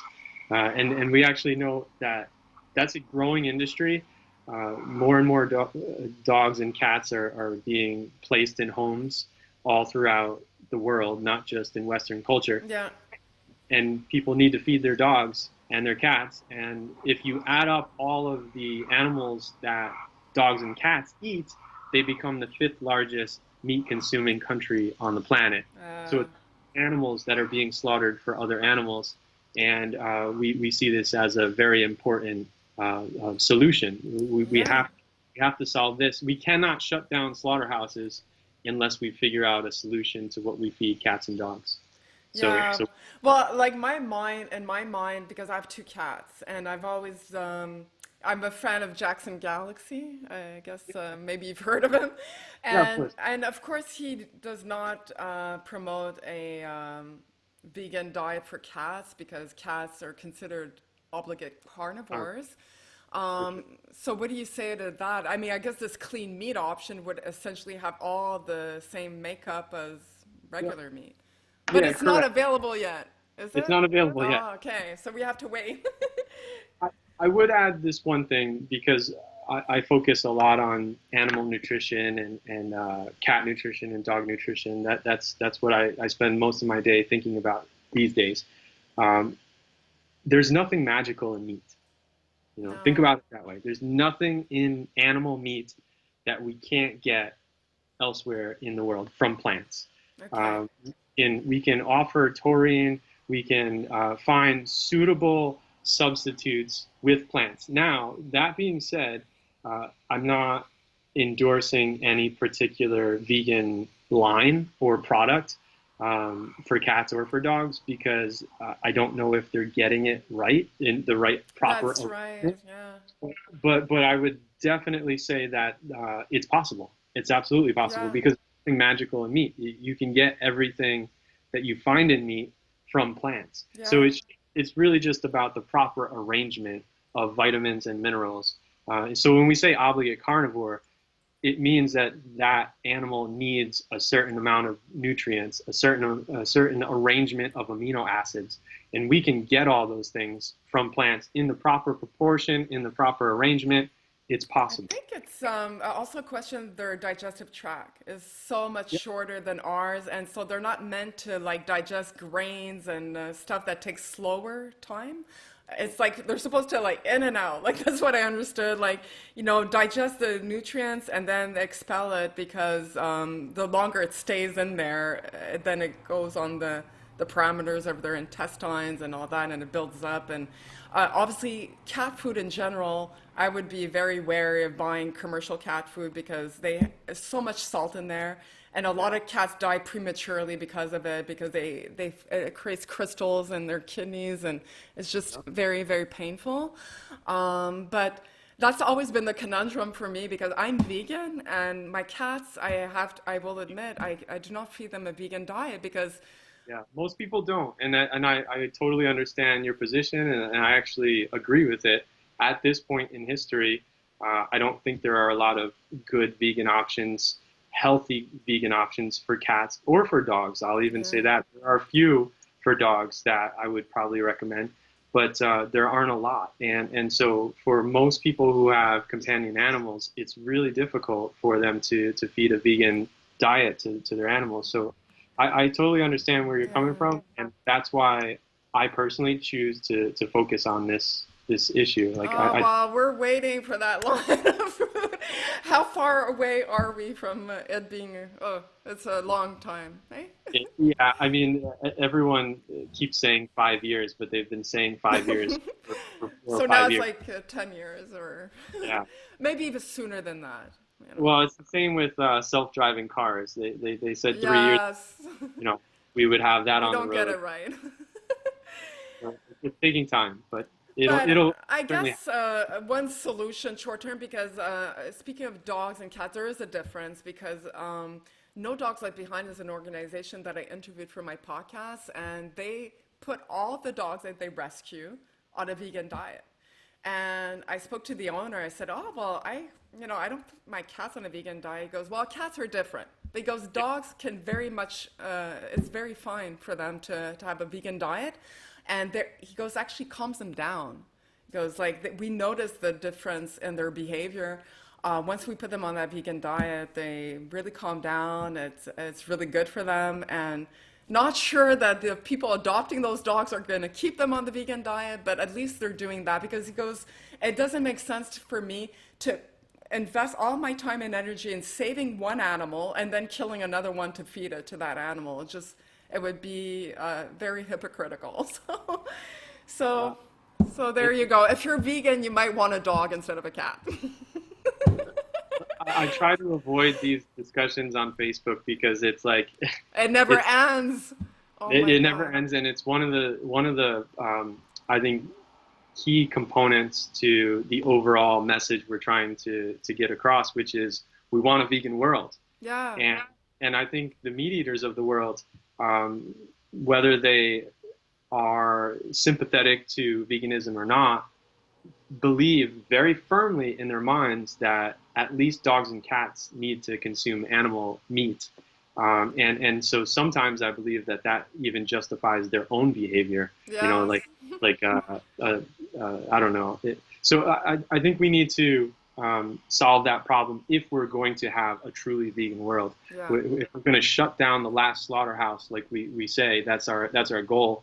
We have to solve this problem as well. This is a major problem that I don't think gets enough focus. We need to talk about it. So hopefully we come up with a good solution with cultivated meat. Well, we're counting on you, Kevin. It's a lot of pressure on your shoulders. It's all good. I really thank you so much. We've actually gone over our time limit, so you've been extremely generous. I thank you so much. It's been a fascinating conversation. And I hope to be able to shake your hand soon, because you're in Toronto, I'm in Montreal. We're likely to meet. At some point, depending on the pandemic and what's happening. Yes, absolutely. And obviously we'll put in the description box links to what would you like us to post, apart from the film, obviously. Your podcasts, obviously. Sure, if you'd like to share the podcast, that's great. But also, I think in ways that people can help. You asked about how people can help the cause in Asia, in particular in Korea. I still support CARE, and I think that we'll put the links for CARE. Yeah, absolutely. And I'll actually talk to AJ and ask if he would recommend a couple of other links so that people can have some other choices. But I did want to sum up just quickly by saying, as I mentioned before, that I never actually met one person out of all the investigations. I never met one person who was evil for the sake of being evil, who was torturing just for the sake of torturing. Yeah. Right? I know that people are out there like that, but I never met one. And to me, that speaks a lot about humanity. It really, the first man I met, his name was, we called him Mr. Ilsan. I was a teacher for a long time, and I taught kids in different stages of my life. I remember seeing his eyes and thinking he has this childlike innocence, even though he owns a dog meat restaurant and a dog meat slaughterhouse. He's a good person. Behind it all, he is a good person, and I believe that humanity is good, and we just need to treat it as that. Treat humans as they are good, and get them to understand where we're coming from. That the animals really matter. So I'm very optimistic about the future, and I think that we will win this. We just have to support each other and show each other the proper way to see animals. That's it. I think that's a great note to end the podcast on, because often we see so much cruelty that we start demonizing these people. Exactly. And that, unfortunately, although maybe it feels good in the moment to vent and to let out that aggression, because I mean, we feel like, like it's an assault to our senses. So naturally we're going to point the finger and say, they're psychopaths, they're this and that. But that's not going to help the cause, and that's not going to help the dogs, and they're not going to help the animals. Yeah. And I say that story because I did it myself when I didn't Oh, I demonized the people who were in the industry, and I had never met them. And when I finally met the first person, I remember thinking he's got to be some kind of monster. Like how could he do this to dogs? yeah. And when I finally met him, he shook my hand and he was so warm and gentle and such a nice, caring person. I'm like, whoa, you took me off guard there, man. Yeah, like you weren't expecting someone nice. Yeah, and he turned out to be a really really nice person, in ways that I didn't expect. Yeah, So I think we need to keep that in mind when we're thinking about the quote unquote enemy or the yeah, person fighting against. yeah. They're humans, and they just have been put in a different situation through really no fault of their own. They just were born into that situation. The pig farmers that I met in Indiana, they were good people, and they thought that they were doing good for their families, and they loved other people and other That's it. humans. They just see animals differently. So we're gonna win. It's just gonna take time. Amen to that. I love that. That's a good way to end a podcast. So Thank thank you, Kevin, and we'll be in touch, and definitely I'll let you know when this will drop. Great, fantastic. Take care. Bye. Bye. Thanks.